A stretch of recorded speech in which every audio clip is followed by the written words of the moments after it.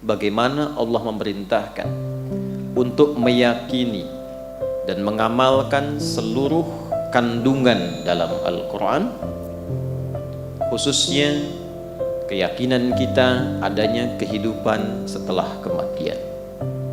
Kita telah detilkan di bagian pertama ini yang terkait dengan meyakini semua yang terkandung dalam Al-Quran. Intinya memahami Al-Quran sebagai pedoman hidup, bukan sekedar kitab bacaan. Saya sudah jelaskan dengan detil di pertemuan lalu. Mohon izin bagi yang baru bergabung, silahkan disimak materi yang lalu sehingga saya tidak perlu mengulang kembali. Tapi inti besarnya adalah keluarkanlah kurikulum dalam Al-Quran berupa ayat-ayat yang menjadi pedoman aktivitas kehidupan kita. Lihat apa aktivitas yang kita kerjakan, keluarkan ayatnya. Nanti praktek untuk mengamalkan itu, lihat petunjuk nabinya dalam hadis.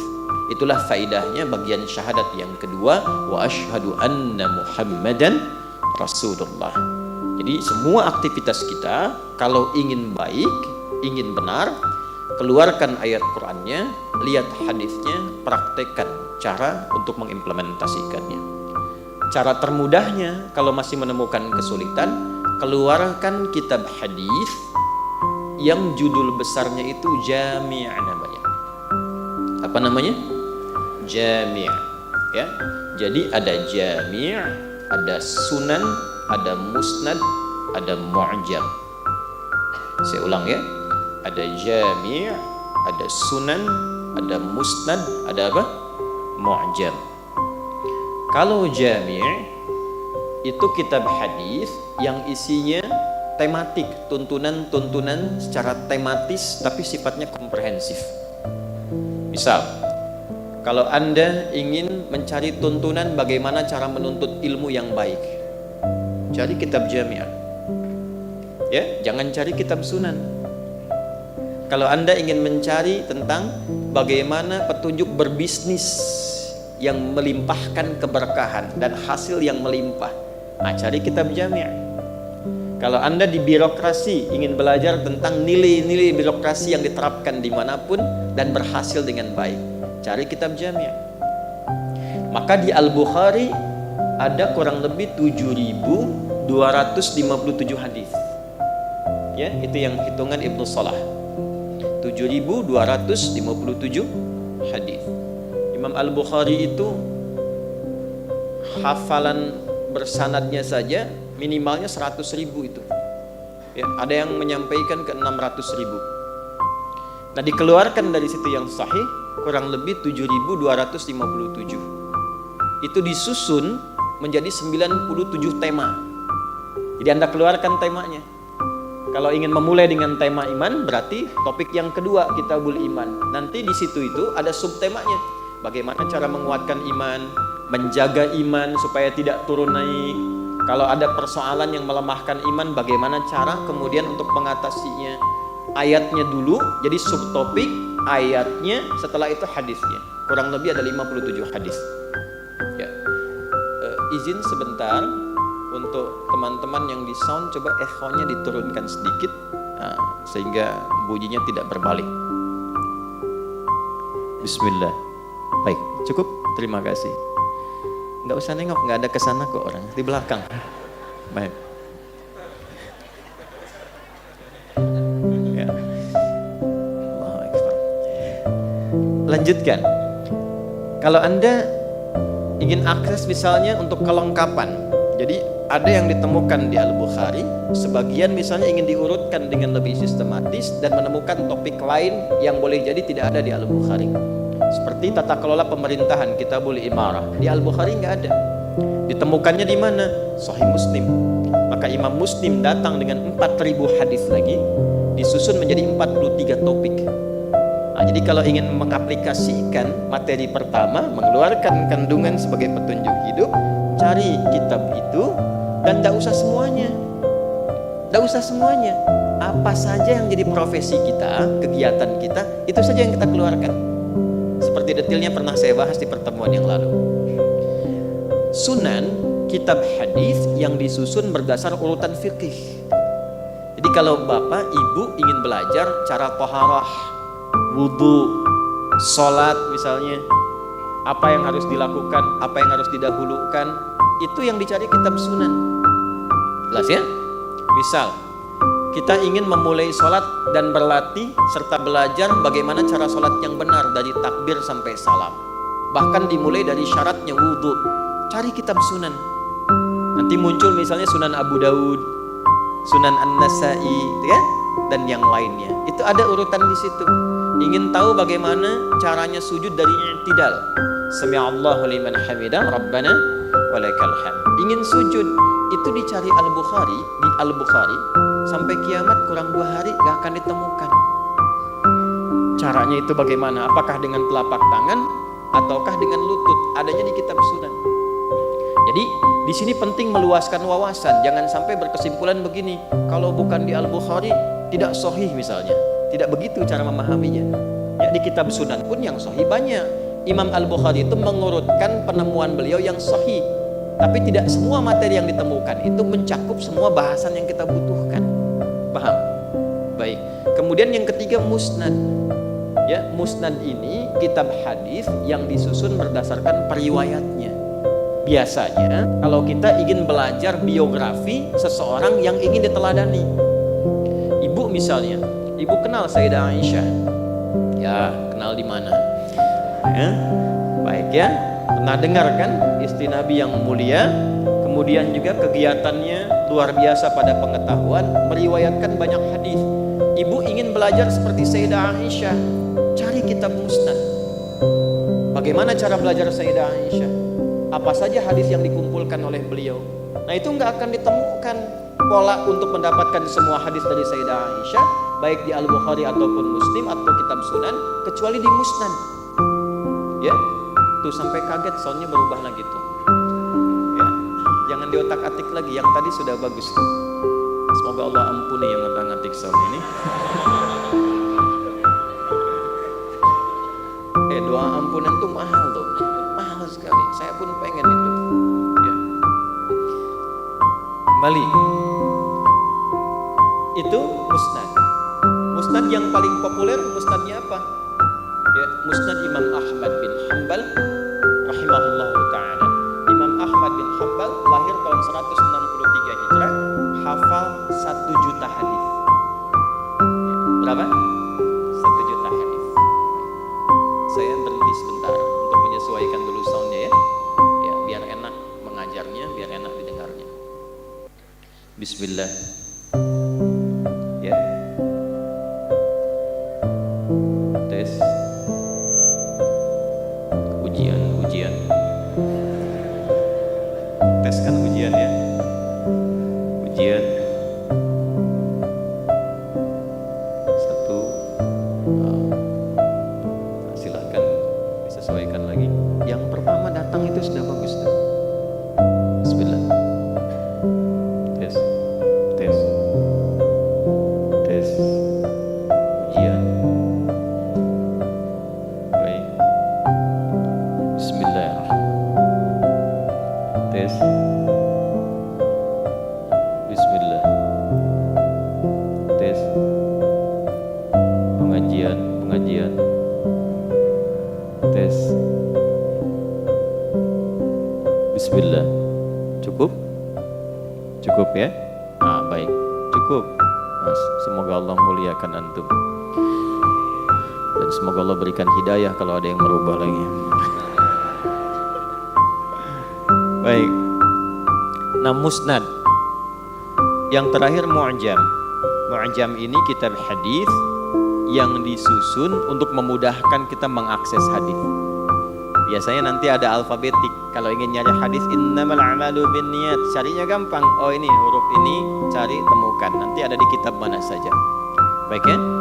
Nah, ini gambaran ringkas dari apa yang telah kita bahas pertemuan lalu. Sekarang kita akan sempurnakan. Mengapa kurikulum hidup ini yang ditunjukkan oleh Al-Quran dan detailnya dirincikan dalam hadis penting untuk kita jadikan sebagai pedoman hidup selama menjalani aktivitas kehidupan di bumi. Maka dijawablah oleh kalimat yang kedua di pertemuan lalu, masih ingat?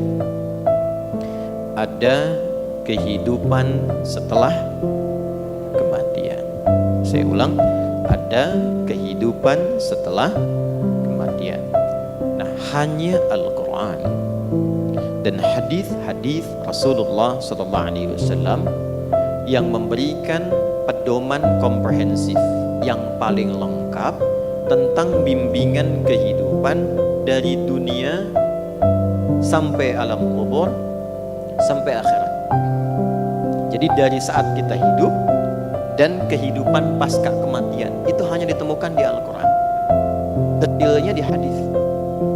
Kalau tidak percaya, silahkan Anda boleh mencari satu bacaan manapun, satu kitab manapun yang memberikan petunjuk beraktivitas lengkap dari bangun tidur sampai tidur lagi, dari persoalan dunia sampai ke alam kuburnya sampai ke akhiratnya. Gak akan ditemukan. Karena itulah penting menghadirkan Al-Quran dalam bimbingan aktivitas hidup kita, supaya seluruh kebahagiaan dan kesuksesan yang kita dambakan itu hadir di semua tempat yang kita pijak. Sekarang kita ada di dunia, sifatnya tempatnya al-ard. Selesai dari sini, ya, ada batas nih, batasnya disebut dengan ajal namanya. Ini batas kehidupannya. Dalilnya Quran surah ke-7 contohnya ayat 34. Walikulli ummatin ajal, fa idza jaa ajaluhum la yastakhiruna sa'atan wala yastaqdimun. Semua yang berkehidupan, pakai umat langsung, nggak 1-2 orang. Semua yang berkehidupan di dunia itu punya batas waktu, nggak ada yang abadi. Saya ulangi, tidak ada yang abadi. Semua punya batasnya dan akan meninggalkan tempat ini. Karena itulah setelah tiba batasnya, fa idza jaa ajaluhum la yastakhiruna sa'atan wa la yastaqdimun. Tak bisa ditawar apakah diundur ataupun ingin dimajukan. Jadi percobaan bunuh diri pun, na'udzubillahi min dzalik, jangan pernah dilakukan. Sebab sia-sia, kalau belum datang ajal nggak akan meninggal. Minum obat nyamuk sebaskom, harap-harap pengen meninggal misalnya. Kalau belum tiba ajal nggak akan meninggal. Alih-alih demikian, lebih baik belajar mengentaskan persoalannya, bukan meratapinya. Islam itu datang dengan bimbingan. Ketika ada masalah, ini jalannya. Ketika gelisah, ini solusinya. Orang yang tidak mendapati itu gelisah jiwanya, maka dengan kegelisahan itu hampa. Yang hadir hanya kepedihan saja. Nah, saat ditinggalkan ini, bahkan lisan kita pun sudah mengatakan telah meninggal dunia. Ya kan? Di lisan kita tuh bahkan diumumkan kan? Baik, telah meninggal dunia. Nah, meninggal dunia ini meninggalkan dunia kemana? Kemana kalau meninggal dunia itu? Dari mana antum tahu? Semua boleh berteori tentang dunia, karena berbagi pengalaman orang yang hidup supaya abadi idenya itu dia menulis kan, dia mengajarkan, tapi kan itu pengalamannya saja. Siapa yang pernah meninggalkan dunia balik lagi ke dunia sehingga bisa menulis kisah tentang perjalanan pasca dunia? Nggak ada. Karena manusia terbatas di sini, yang bisa memberikan informasi yang paling valid itu yang pencipta segalanya. Karena itulah kalau ada keterangan di kitab manapun yang menerangkan detil kehidupan pasca dunia, itu menunjukkan bahwa kitab itu bukan karya manusia. Kitab itu pasti berisi informasi dari penciptanya. Ini yang menunjukkan kebenaran Al-Quran, karena cuma di Quran ditemukan informasi itu. Setelah itu kemana, bagaimana cara pulangnya, dan kalau kita mau riset, semua yang meninggal itu persis seperti sama yang disampaikan Quran. Baik yang tenang husnul khatimah, ataupun yang gelisah yang su'ul khatimah, ciri-cirinya persis sama. Ya. Dan diterangkan detailnya setelah itu bagaimana. Nah, inilah yang kita terangkan untuk menunjukkan kebenaran apa yang disampaikan di dalam Quran dan sekaligus menetapkan kebenaran Islam sebagai agama. Ya, makanya sebagai muslim itu mesti belajar ini untuk menguatkan iman dan bisa menjelaskan kalau ada yang bertanya. Jelas ya? Ini gambarannya. Setelah di dunia kemana? Ke kubur ya. Baik. tahu dari mana kubur? Tadi lewat. Itu tadi saya sampaikan ke pendamping, saya lihat Masya Allah ya. Itu perbedaan taman tuh tipis sekali. Taman dunia dan taman kuburan. Yang olahraga itu kan berolahraga tuh di samping saya lihat. Ada yang lari, ada yang senyum tertawa. Sampingnya kuburan. Ya kan? Saya tuh tadi berpikir dari sekian orang yang berolahraga di situ, itu punya kesadaran nggak bahwa dia akan mati ke situ? Ada taman lagi. Nah, nggak sampai di situ. Ada lagi nanti setelah di sini pindah ke alam yang sifatnya akhir, abadi. Nggak ada lagi alam setelah itu. Ya, akhir itu puncak sesuatu. Kalau ditambah tak ujungnya jadi akhirat, artinya puncak betul, batasnya di situ, nggak ada lagi setelah itu. Maka kalau di sini ada dunia, di sini ada apa? Akhirat. Akhirat. Kenapa ada tak di ujungnya? Untuk menunjukkan ini yang habis terakhir. Nggak ada lagi setelah itu. Siapa yang bisa menjelaskan informasi yang ada di sini? Di sini pun sudah kesulitan. Maka Al-Quran datang membawa pedoman untuk memberikan bimbingan kepada kita supaya mendapatkan persiapan, pencerahan, kebahagiaan dan kesuksesan di tempat yang sedang kita pijak, mempersiapkan ke tempat yang akan kita naungi setelah meninggalkan dunia, plus memberikan bekal pengetahuan untuk persiapan ke tempat akhir yang menjadi tujuan. Jelas di sini? Nah, pembahasan kita sekarang adalah masuk ke sini. Ini yang banyak diperdebatkan saat surat An-Naba itu diturunkan. Karena sebagian merasakan dan menyimpulkan hidup tuh hanya di sini. Mumpung masih di sini, nikmati kehidupan karena tidak ada lagi kehidupan setelah kematian. Maka Quran menjelaskan, datang dengan keterangan, amma yatasa'adun anin naba'i azim alladhi hum fihi mukhtalifun. Kalla thumma kalla. Nah, sampai 5 ayat ini muncullah keterangan-keterangan yang terkait kehidupan pasca kematian. Itu yang coba kita akan bahas saat ini, sehingga melengkapi poin nomor 1 dari intisari surah An-Naba dari 5 yang akan kita bahas bersama. Ini kajian baru dimulai.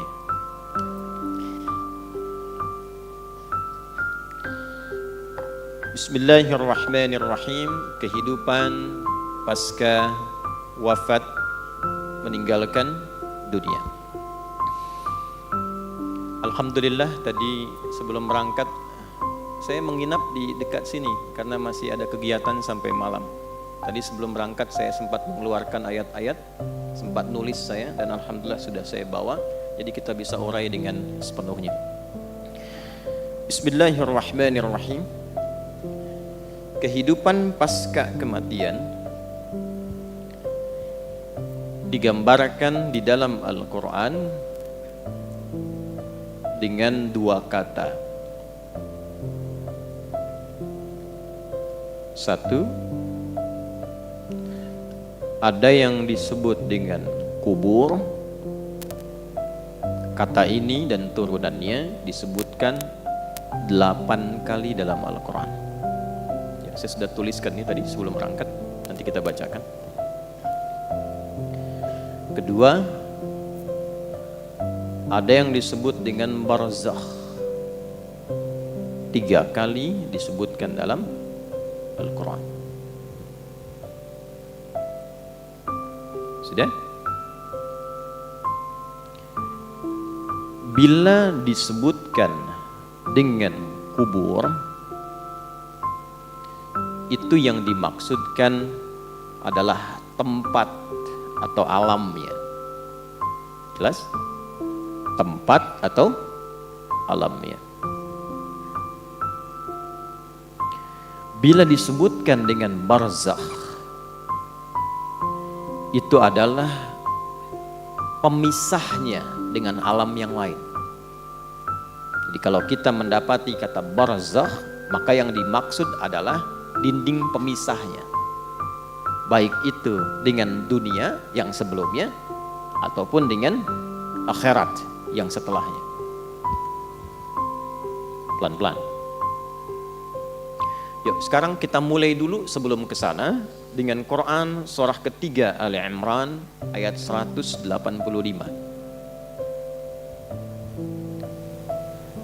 kullu nafsin dha'iqatul maut. Setiap yang bernyawa itu pasti akan merasakan, mengalami kematian, maut. Saya ingin tunjukkan betapa detailnya Quran memberikan informasi kepada kita. Setiap yang bernyawa, kullu nafsin. Nah, nafas ini sumber kehidupannya. Jadi ruh kalau sudah masuk ke dalam tubuh kita, itu namanya disebut dengan nafas. Ya. Dari mana taunya? Kita tempatkan dulu misalnya dengan ayat supaya jelas. 1 Quran surah ke-15 Al-Hijr ayat 28 sampai 29. Wa idh qala rabbuka lil malaikati inni khaliqum bashara min salsalim min hama'im masnun fa idza sawaituhu wa nafakhtu fihi min ruhi. Jelas? Jadi saat dicipta itu terjadi proses fisikal dulu. Rinciannya di Al-Arba'in nanti nomor hadis yang keempat. Ya, dari Abdullah bin Mas'ud, an Abi Abdurrahman Abdullah bin Mas'ud radhiyallahu taala anhu qala Rasulullah sallallahu alaihi wasallam wa huwa as-sadiqul masduq inna ahadakum yujma'u fi batni ummihi 40 yawman nutfah thumma yakunu mithla dhalika 'alaqah thumma yakunu mithla dhalika mudghah. Jadi proses pertama kurang lebih selama 4 bulan itu, ya, 40 hari pertama penyatuan antara spermatozoa dengan ovum berproses. 40 hari kedua berbentuk zigot, mulai menempel di dinding rahim berproses. 40 hari ketiga mudghah, berbentuk daging keratan. Jadi 40 kali 3 120 hari, 4 bulan pertama itu proses fisikal. Setelah itu, ya, thumma yursalu ilaihil malak fayanfuhu fihi ruh. Ini dia tafsir dari sini. Baru ditiupkan roh. Jadi usia 4 bulan kandungan itu, seorang ibu yang sedang mengandung, pas usia 4 bulan itu rohnya sudah ditiupkan ke dalam janin yang dikandung.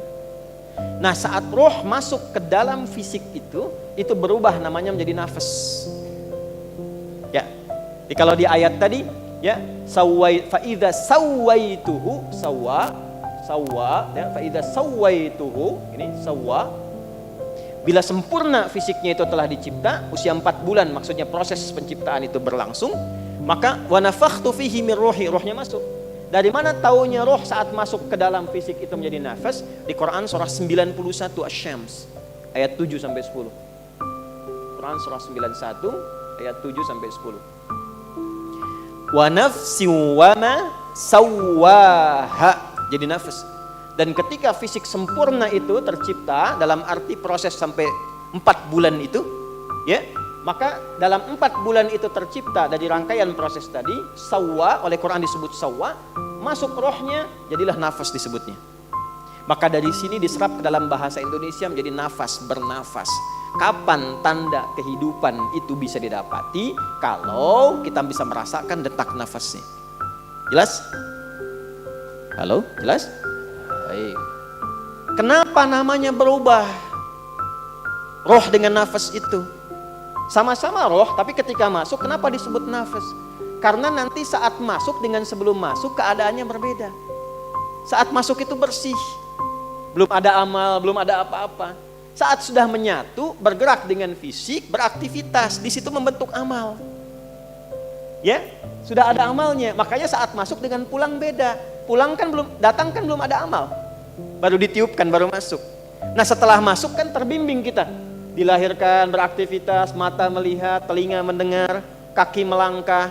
Apa yang dilihat? Itu kan amal. Kalau yang baik dituliskan pahala, yang salah jadi dosa kalau tidak ditobati. Makanya ketika nanti rohnya kembali, maka dia punya bekal dari sesuatu yang telah dikerjakan tadi. Ya, itulah sebabnya kenapa namanya berubah dari roh menjadi nafas, karena saat menjadi nafas dia beraktivitas atau memulai misi hidupnya untuk mengumpulkan amal-amal sebelum dia pulang. Nah, saat pulang, saat dicabut, yang disebut nafasnya bukan rohnya. Kenapa? Karena saat masuk dengan keluar beda. Saat masuk belum ada amal, saat pulang dia pulang membawa amalan. Karena itulah saat disebutkan di Quran surah ketiga, ini agak berat, butuh fokus. Ayat 185, Allah berfirman, kullu nafsin dha'iqatul. Nah, kenapa bukan kullu ruhin? Untuk memberikan kesan kepada kita bahwa yang dibawa saat pulang itu amalnya, bukan perangkatnya. Itu poinnya. Jadi pastikan saat pulang bawa amal yang benar. Makanya Nabi mendetilkan, orang ngantar ke alam kubur pun dengan jenazah itu kalau sudah masuk keranda ya, kalau dia meninggal itu mayit namanya. Sudah dibersihkan, disolatkan, masuk ke keranda, jenazah namanya, diangkat. Nah, orang yang ngantar jenazah pun sampai ke alam kubur itu, apa yang dibawa oleh mayit itu saat masuk ke kubur, itu semua tinggal. Amalnya, yang lain pergi. Semua tinggal, apanya? Amalnya. Yang lain pergi. Coba yang antum kumpulkan tuh, harta benda. Mobil ikut gak? Gak. Pakaian ini, handphone ikut gak? Tidak. Ya? Suami meninggal, istri ikut. Tuh, udah jawab sendiri, enggak. Istri meninggal, suami ikut. Tuh, makin kencang, enggak. Ya kan? Baik, artinya apa? Yang mengantar saja pulang lagi, yang ikut apanya? Nah, kalau sudah sadar amalnya yang ikut, maka siapkan amalnya supaya bisa ikut dengan baik. Karena itulah ketika disebutkan kata nafas, mengingatkan kepada kita, sebelum meninggal, udah punya amal belum? Coba kalau ditanya sekarang, udah punya amal belum? Sudah tahu belum? Masih nggak serius juga. Jelas ya? Ini gambaran pertamanya. Karena itulah dalam Islam diajarkan bagaimana beraktivitas di dunia yang melahirkan kenyamanan, saat bersamaan cari bekal supaya saat meninggalkan dunia nyaman juga. Baik, ini bagian pertama. Sebelum kita bicara tentang kubur, alamnya, tempatnya, barzakh pemisahnya, sebelum sampai ke sini bicara dulu persiapannya. Jelas? Baik. Tenang, pelan-pelan. Tenang. Baik kan? Pelan-pelan. Nafas akan kedatangan apa tadi? Kullu nafsin dha'iqatul maut. Kedatangan maut. Ini batasnya disebut ajal. Kalau sudah sampai di ajal ini, maut tiba. Siapa yang ditugaskan membawa maut? Quran lagi, kita pakai Quran aja, nggak usah ngarang ya. Kan kita kembalikan ke Quran tadi. Quran surah 32 ayat 11. Qul yatawaffakum malakul mautil ladzi wukkila bikum. Viralkan Muhammad SAW, sampaikan pada umatmu semuanya, telah ditugaskan satu malaikat membawa maut. Qul yatawaffakum malakul maut. Khusus satu malaikat tugasnya membawa maut saja. Jelas? Itu yang sering kita kenal dengan malaikat apa? Israel, ya kan? Israel. Yang patuh kepada Allah, yang taat kepada Allah. Enggak lihat-lihat. Pokoknya tiba waktu ambil, enggak bisa nawar. Ya? Ada dulu rasul yang dekatnya. Jadi rasul di bumi itu punya teman rasul dari langit. Rasul dari langit itu maksudnya malaikat. Ada rasul yang temannya itu malaikat maut. Contoh siapa? Nabi Musa alaihissalam, Nabi Daud alaihissalam. Itu sahabat dari malaikatnya, malaikat maut. Tapi apakah ketika tiba ajalnya diberikan diskon? Tidak. Tiba ajal selesai. Ya, tiba ajal selesai. Jadi kalau sudah tampak dan tiba ajalnya, maka tiba malakul maut, selesai urusannya. Tinggal pertanyaannya ketika tiba ini bakal cukup atau tidak. Jelas. Nah, sebelum sampai ke fase ini, ajal tiba, maut tiba, maka orang-orang yang masih mendapati nafas sebelum tibanya maut disebut mayyit namanya. Mayyitun, mayyit. Quran surah 39 ayat 30. Zumar. Innaka mayyitun wa innahum mayyitun. Muhammad sallallahu alaihi wasallam, engkau pasti akan wafat. Jadi seorang nabi pun wafat. Apalagi kita yang bukan nabi, wa innahum mayyitun. Dan mereka pun semuanya itu akan wafat juga. Jadi orang hidup yang belum wafat disebut apa namanya? Mayit, calon mayit akan meninggal. Jadi jangan takut dengan kematian, karena ditakutin pun percuma, meninggal juga. Gerbang pemisahnya kan kematian, ya. Karena itu orang beriman gak takut meninggal. Yang takut meninggal itu cuma satu aja, yang tidak punya bekal. Itu aja. Kan rumusnya gampang, kata Quran, kullu nafsin. Kalau nafas itu artinya pulang bawa bekal. Kalau bekalnya benar gak akan takut. Takut itu artinya apa? Kurang bekal. Takut itu artinya apa? Salah bekal. Takut itu artinya apa? Gak punya bekal. Dan biasanya orang yang gak punya bekal itu sulit pulang. Kan mudik kemarin begitu kan? Kalau gak ada bekal gak pulang kan? Ya, ditarik pulang pun susah kan? Baik, nah sebaliknya orang yang punya bekal itu menyiapkan dirinya untuk pulang. Karena itulah jadilah mayit yang benar. Cari bekal sebaik-baiknya untuk apa? Pulang. Nanti kita pelajari, kita urutkan dulu satu-satu supaya detail. Jadi kita temukan mayit, ini masih ada nafasnya. Lalu datang maut, lihat katanya, derivasi katanya. Mayit datang maut, ini ada tasdidnya. Gambaran dari nafas. Datang malakul maut, mengambil nafasnya, datang malak mengambil nafasnya lewat maut. Kalau diambil berubah namanya dari mayit jadi mait namanya. Tasdidnya hilang. Maitun.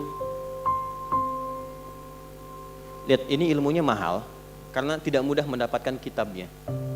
Nah, saya meneliti karena saya fokus meneliti di kajian kebahasaannya.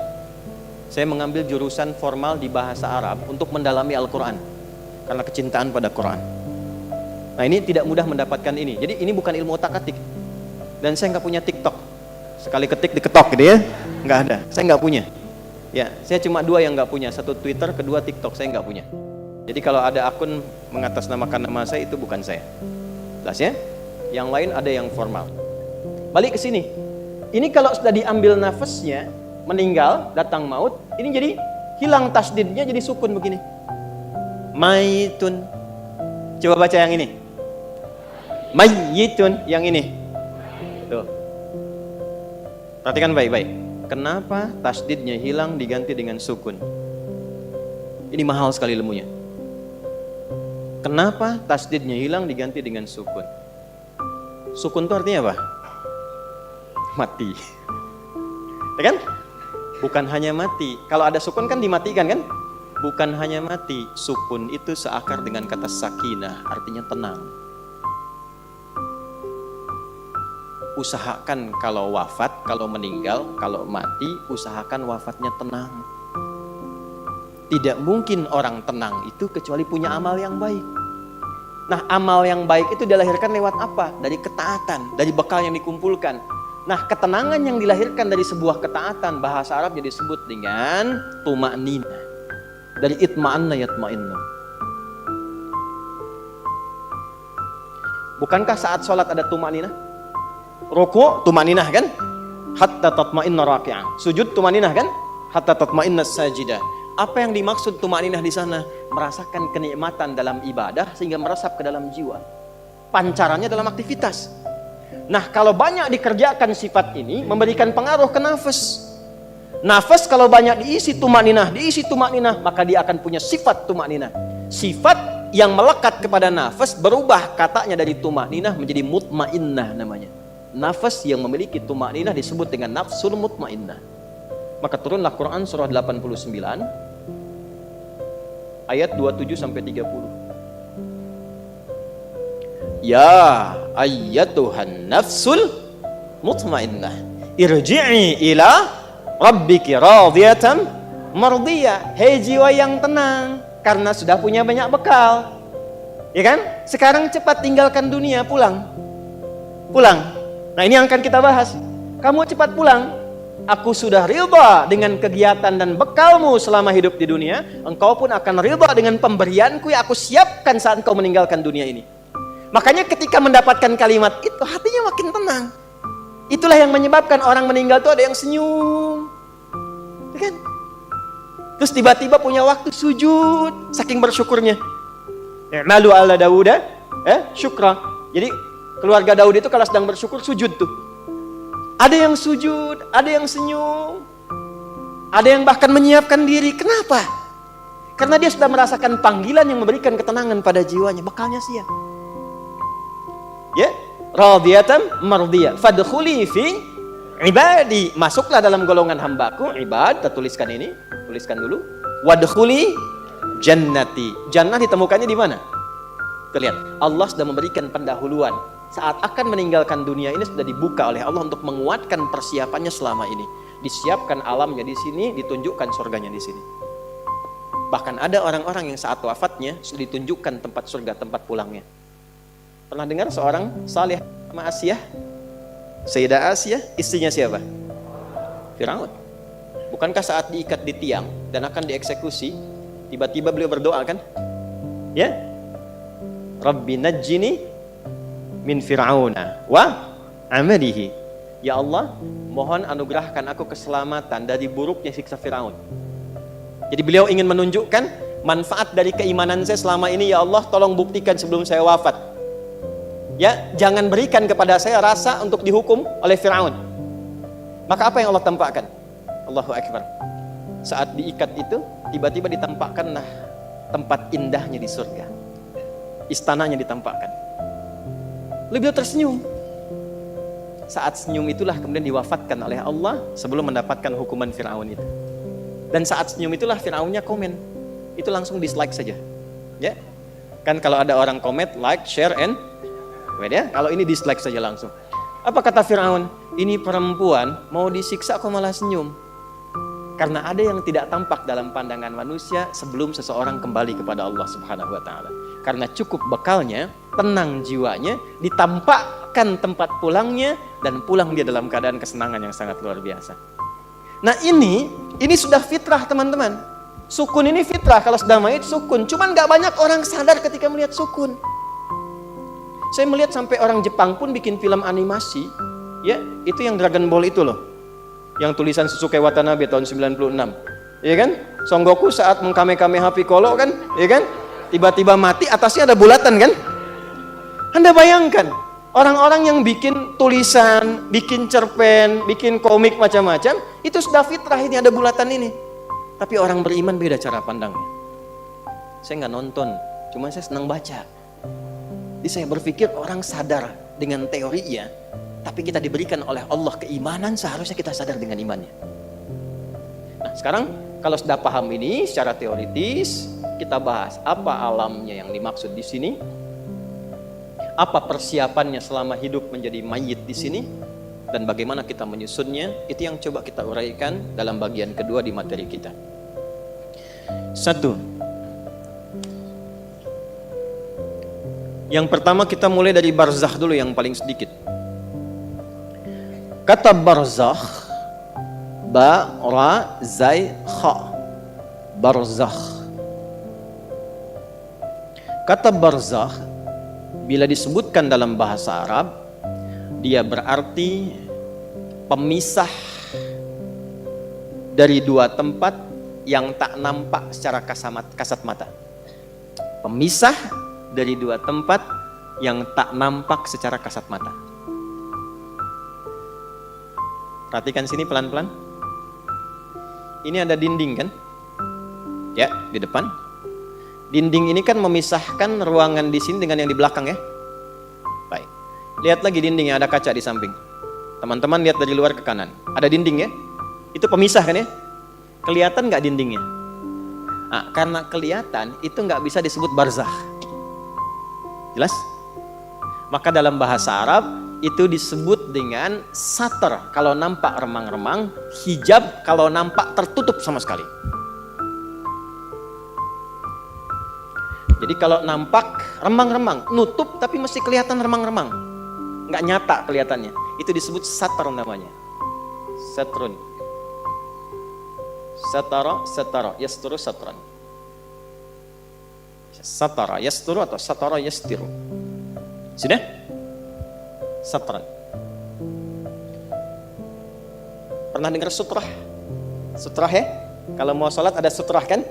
Nah, kenapa sutra disusun tidak terlampau tinggi sehingga nampak keadaan keseluruhan bagiannya? Jelas, yang penting ada pembatas yang ketahuan kalau orang mau lewat itu, ada orang sholat gak boleh dilewati.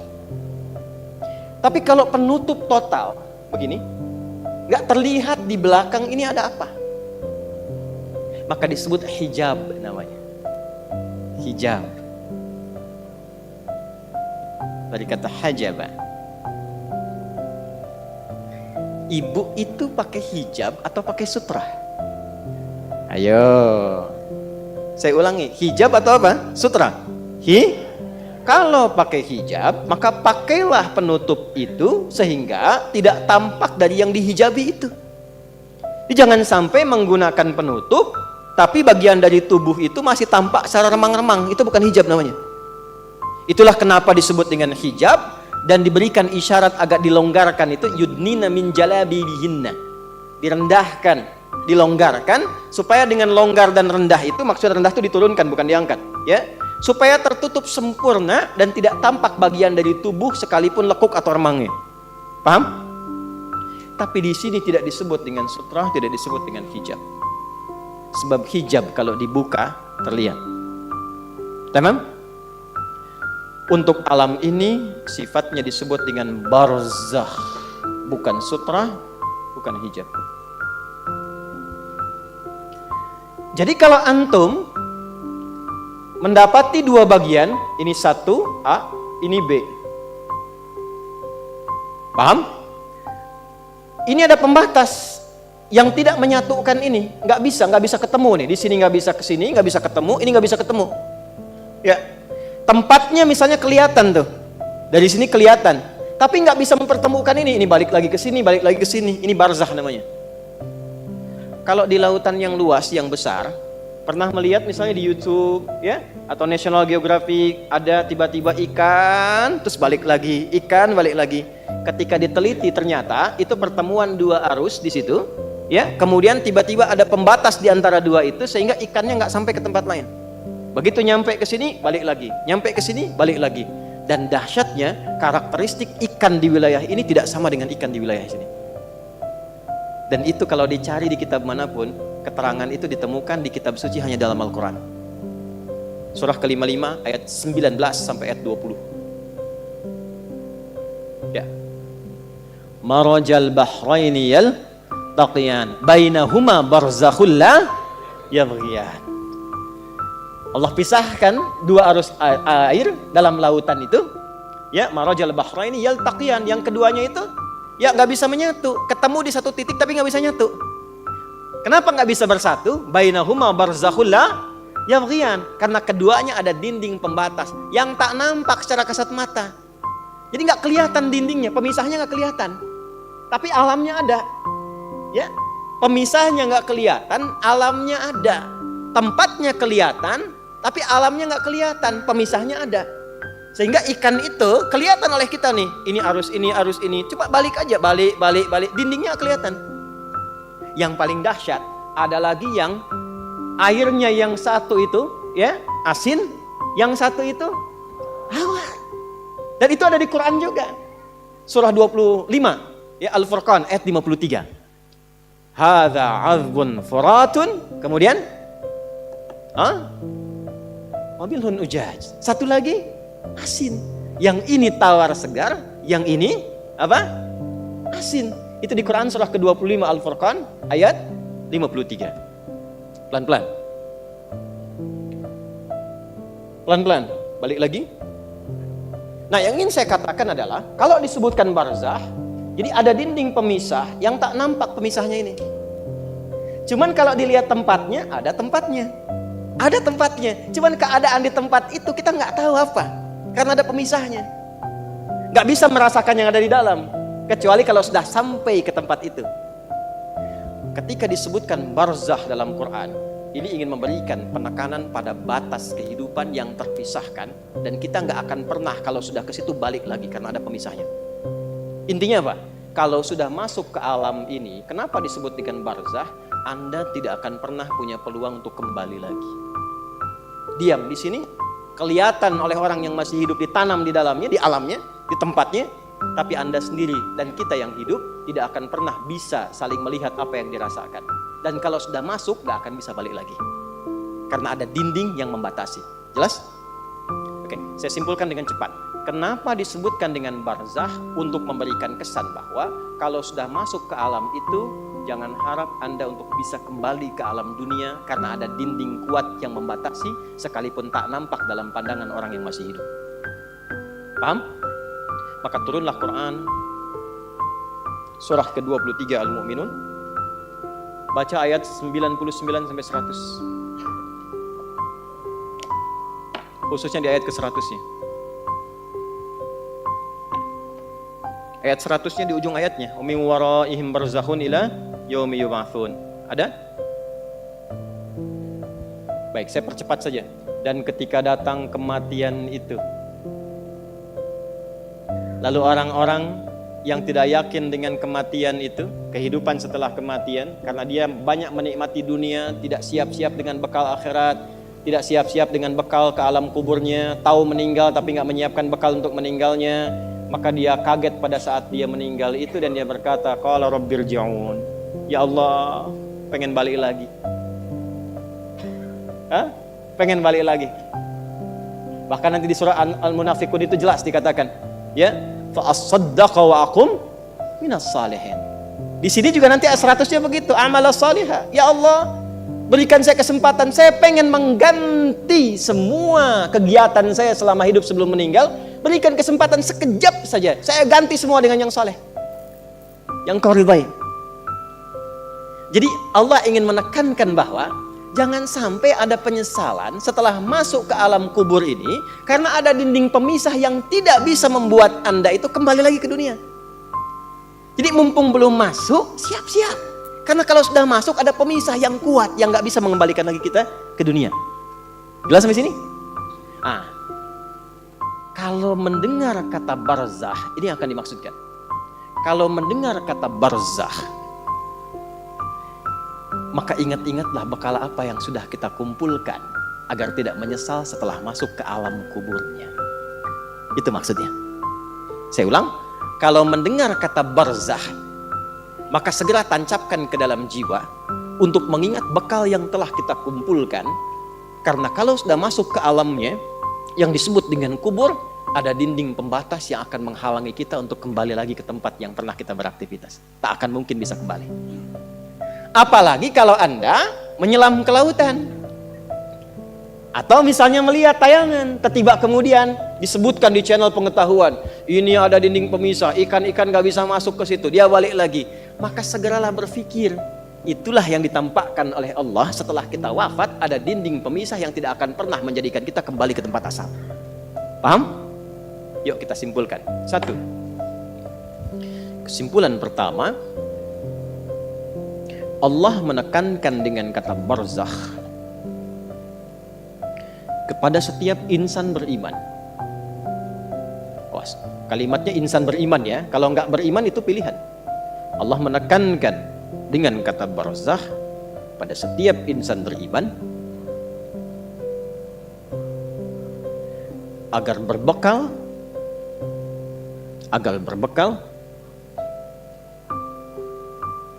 berupa amal saleh sebelum wafat sehingga tidak menyesal saat di alam kubur dan meminta kembali ke dunia. Tenang, masih dunia Bu, bisa diperbaiki. Alam kubur nggak bisa kembali. Sudah? Agar tidak menyesal saat di alam kubur dan minta kembali ke dunia. 1. Sudah? Baik. Sekarang alamnya tadi disebut apa? Tempatnya. Kalau barzakh tadi kan pemisahnya. Ingat ya. Alamnya apa? Kubur. Tempatnya apa? Kubur. Karena belum masuk kita ya. Barzakh itu pemisahnya. Saleh, salihah ya. Barzakh itu apa? Pemisahnya. Kalau alamnya apa? Tempatnya apa? Nah, alam itu tempat. Alam itu tempat. Kenapa tempat disebut alam? Dari kata alima, kata alamat, penunjuk. Karena di tempat itu Allah menunjukkan tanda kebesarannya. Jadi setiap kita masuk ke tempat tertentu mesti kenal di mana setiap tempat yang bisa mendekatkan diri kita kepada Allah. Makanya kalau jalan-jalan cari tempat yang bisa mendekatkan diri kepada Allah. Kalau belajar di tempat yang bisa mendekatkan diri kepada Allah. Karena itulah tempatnya disebut dengan alam. Ya, alam dunia, alam akhirat, alam hewan, alam tumbuhan dijamakkan jadi alamin. Siapa yang punya alamin? Siapa yang merawat? Yang punya, yang merawat, yang memberikan kebutuhan disebut Rabb. Kita memuji setiap hari 17 kali Alhamdulillahi Rabbil. Tapi yang muji ini nggak kenal Allah, itu anehnya. Atau barusan sholat tapi cari tempat yang menjauhkan dia dengan Allah. Itulah sebabnya kenapa disebut dengan alam. Kalau sudah muncul tanda kebesaran Allah, berubah dari alam jadi ayat namanya. Makanya kalau ke alam kubur, jalan-jalan ke kuburan lihat, itu mesti mampu mendekatkan diri dengan Allah bagi insan beriman. Insan beriman tuh begitu melihat nih kubur, ini alamnya. Makanya alamnya disebut kubur, tempatnya kubur. Kenapa bagian dari alam? Sebagai tanda bahwa kita akan ke situ. Supaya ingat. Makanya Nabi kan sering mengingatkan ke alam kubur itu kan untuk ingat akhirat kan? Bukan untuk ingat dunia. Ya, ini gambarannya. Baik, jadi sekali lagi, kalau alamnya disebut apa? Kubur. Juga tempatnya disebut apa? Artinya kubur menunjuk kepada tempat dan atau alam. Baik, pelan-pelan. Bagaimana keadaan di kubur itu? Ya, bagaimana keadaan di kubur? Mau yang baik dulu atau yang menegangkan dulu? Wah, yang baik dulu ya, tenang dulu. Baik, Quran surah ketiga Ali Imran ayat 169 sampai 171. Quran surah 3 Ali Imran ayat 169 sampai 171. Saya majukan dulu Ali Imran, saya simpan yang Al-Baqarah karena ini keterangannya lebih lengkap. Di Al-Baqarah itu pembukanya. Bismillahirrahmanirrahim. Wala tahsabanna alladhina qutilu fi sabilillahi amwata bal ahya'un 'inda rabbihim yurzaqun. Ada ayatnya? Farihina bima atahumullahu min fadlihi wa yastabshiruna billadhina lam yalhaqu bihim min khalfihim alla khaufun 'alaihim wa la hum yahzanun. Ada ayatnya? Allahu akbar. Wala tahsabanna alladhina qutilu fi sabilillahi amwata. Jangan Anda duga orang-orang yang telah wafat meninggalkan dunia tapi dia menjadikan semua aktivitas dunianya itu sebagai bekal persiapan pulangnya. Dia lakukan semua kegiatan dunianya berdasar petunjuk Allah. Ya, jadi semua kegiatan dunia yang dilakukan berdasar petunjuk Allah, diikutkan petunjuk Allahnya, itu bahasa singkatnya disebut fi sabilillah. Di jalan Allah. Ya, di jalan Allah tuh mengikuti petunjuk Allah. Paham? Nanti ada beberapa bagian yang rendah sampai yang puncak. Puncaknya yang berjuang dengan nyawanya dan hartanya. Ya, dijahiduna fi sabilillah bi amwalihim wa anfusihim. Jadi mereka berjuang di jalan Allah dengan harta sampai jiwa sampai wafat. Itu tingkat tertingginya. Macam-macam, nanti ada yang ulama kan, ada yang pejuang saat berjuang dalam ya tindakan militer diniatkan fi sabilillah, ada. Tapi jangan lupa tingkat paling dasarnya adalah semua aktivitas kita dari bangun tidur sampai tidur lagi. Kalau kita niatkan mengikuti petunjuk dari Allah, itu aktivitasnya fi sabilillah, di jalan Allah untuk menaati Allah. Ya, jadi jangan batasi fi sabilillah itu dalam konteks perjuangan fisikal saja. Dalam artian perjuangan militer, jangan dibatasi di situ, itu puncaknya. Atau perjuangan ilmu. Ya, perjuangan ilmu itu di Quran surah 9 ayat 122. Seperti antum sekarang datang ini. Itu tinggi nilainya. Kalau tidak ada tuntutan berjuang dengan fisik, misal dan kita tidak berharap ini ya, kita jaga kedaulatan negara, Indonesia dalam ancaman, kita terpanggil seperti pejuang kita dulu melakukannya. Bedanya apa? Kalau niatnya fi sabilillah, karena Allah memerintahkan itu. Jadi berbahagialah bila ada satu negara, ada umat Islam di situ. Karena umat Islam yang ada di satu negara, dia akan berjuang membela dan memakmurkan negaranya atas perintah Rabbnya. Jadi kalau ada ancaman, itu orang Islam itu orang pertama datang, kita yang keluar. Ya, yang mengeluarkan resolusi jihad siapa? Ulama. Kiai Haji Muhammad Hashim bin Asy'ari itu ketua resimen wilayah Jawa Timur. Resimen Jawa Tengahnya itu Mr. Kasman Singodimejo. Jawa Baratnya Kiai Haji Nur Ali. Kalau masuk ke Tasik Kiai Zainal Mustafa, itu ulama semua. Jangan salah. Dan mereka mengambil risalahnya dari mana? Yang di Riyadhus Shalihin itu. Yang babul niat, babul ikhlas wa ikhdarun niat. Bagaimana berjuangnya fi sabilillah, maka keluar resolusi jihad. Itu berjuangnya itu. Makanya nanti ada, kita temukan apa di antaranya? Ya, ada Hizbul Wapan. Ya, pasukan-pasukan itu relawan-relawan untuk berjuang. Dan nanti digabungkan dengan TNI. Makanya di Sabta Marga dari 7 itu, yang ketiganya itu ada keimanan. Sabta Marga kan 7 tuh. Di TNI itu ya. Yang pertama, kami warga negara Indonesia yang bersendikan Pancasila. Kedua, jadi patriot. Ketiga, kami kesatria Indonesia yang beriman pada Tuhan Yang Maha Esa, menegakkan kebenaran, kejujuran, dan keadilan. Baru yang keempatnya, kami tentara nasional Indonesia. Jadi tentara itu kalau ada iman. Tuh. Saya hafal karena saya ngajar itu. Ya, di situ ada keimanan.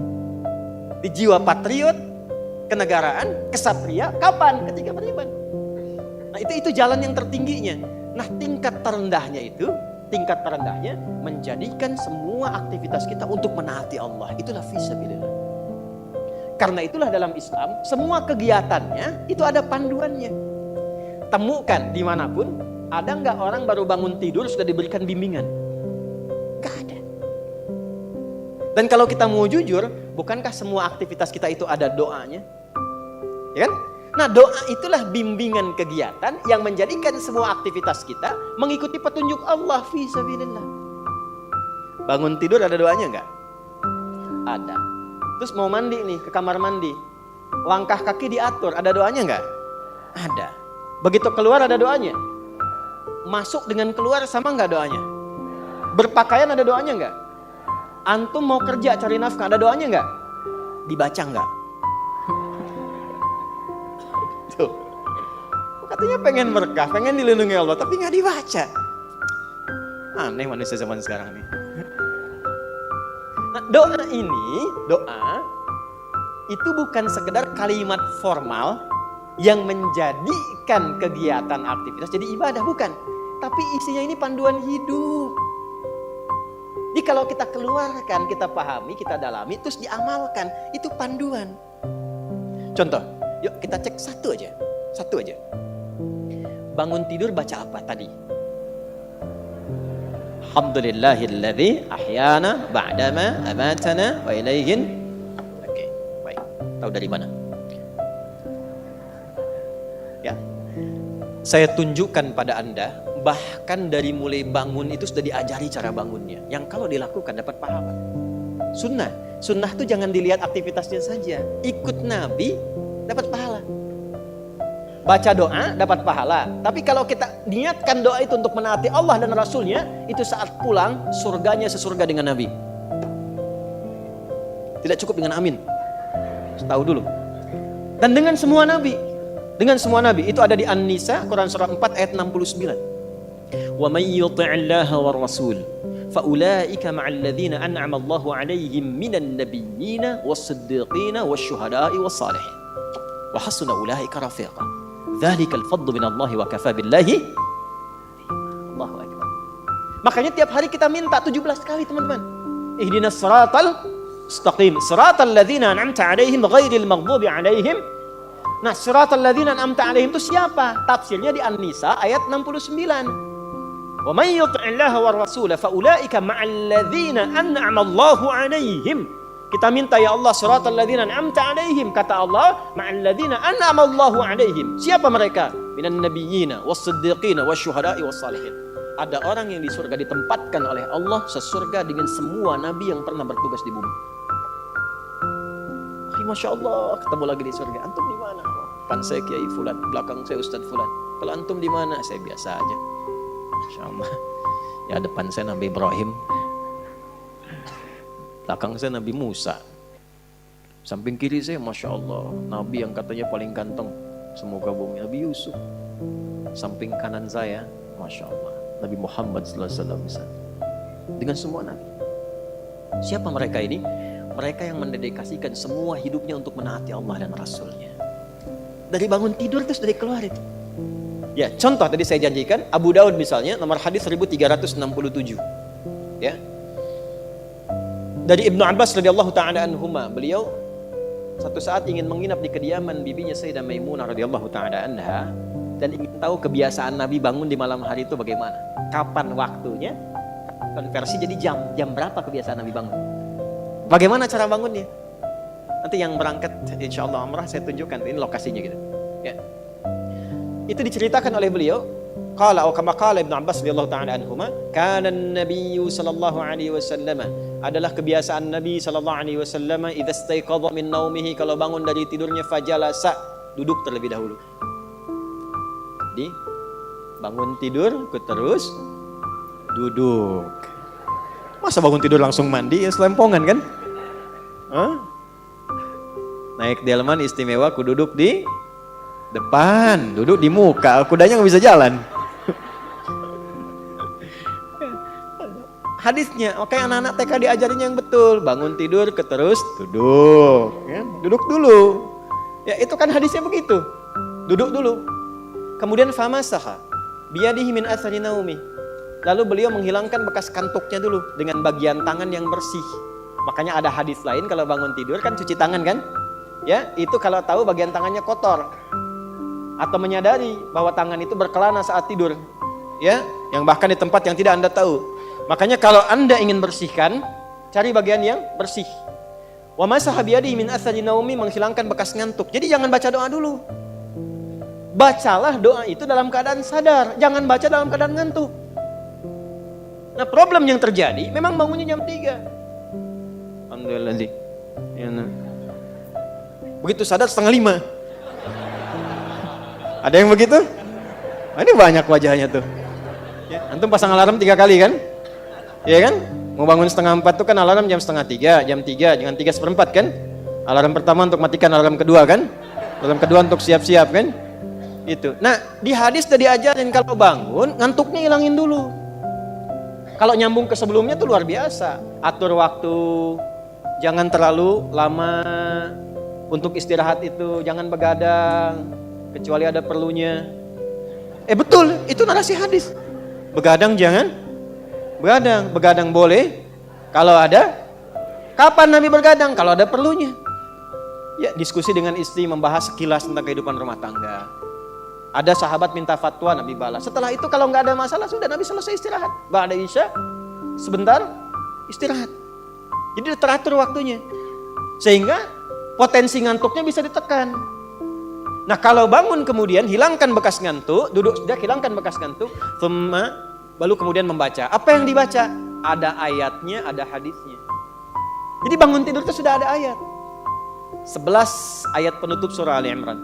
Dari surah ketiga ayat 190 sampai ayat 200. Inna fi khalqis samawati wal ardi wa ikhtilafil laili wan nahari la ayatin liulil alladzina yadhkuruna Allaha qiyaman wa qu'udan wa 'ala wa yatafakkaruna fi khalqis samawati wal ardi rabbana ma khalaqta hadza batila subhanaka faqina. Catat ini ya. Saya sampaikan ini langsung kalau teman-teman ngaji tafsir dengan hadis dapat ini. Kalau antum biasakan baca ini penutup Ali Imran ayat 190 sampai dengan 200 dan dipahami isinya, Allah akan jaga antum dari perbuatan maksiat selama hari itu. Satu. Yang kedua, membimbing antum untuk meningkatkan pengetahuan selama beraktivitas. Yang ketiga, dibimbing oleh Allah mengerjakan segala aktivitas yang mengantarkan pada ridha dan surganya. Itu makna yang Ali Imran di penutupnya itu. Makanya kalau benar paham ayat ini, nggak ada pelajar yang bangun kecuali pintar di hari itu. Karena di situ ada ayat-ayat untuk riset, untuk merenung, untuk berpikir. Nggak ada orang berbuat maksiat di hari itu, karena ada ayat taubat di ayat itu. Mudah-mudahan nggak wafat dalam keadaan sedang maksiat, sehingga terancam neraka. Dan minta ya Allah wafatkan kami seperti orang baik yang wafat sebelumnya, sehingga terjaga hari itu. Dan terjamin ketika beraktivitas keadaannya baik, karena dia senang dengan membangun silaturahim, membangun kesabaran. Wasabiru warabitu wattaqullaha la'allakum tuflihun, dan cenderung bahagia.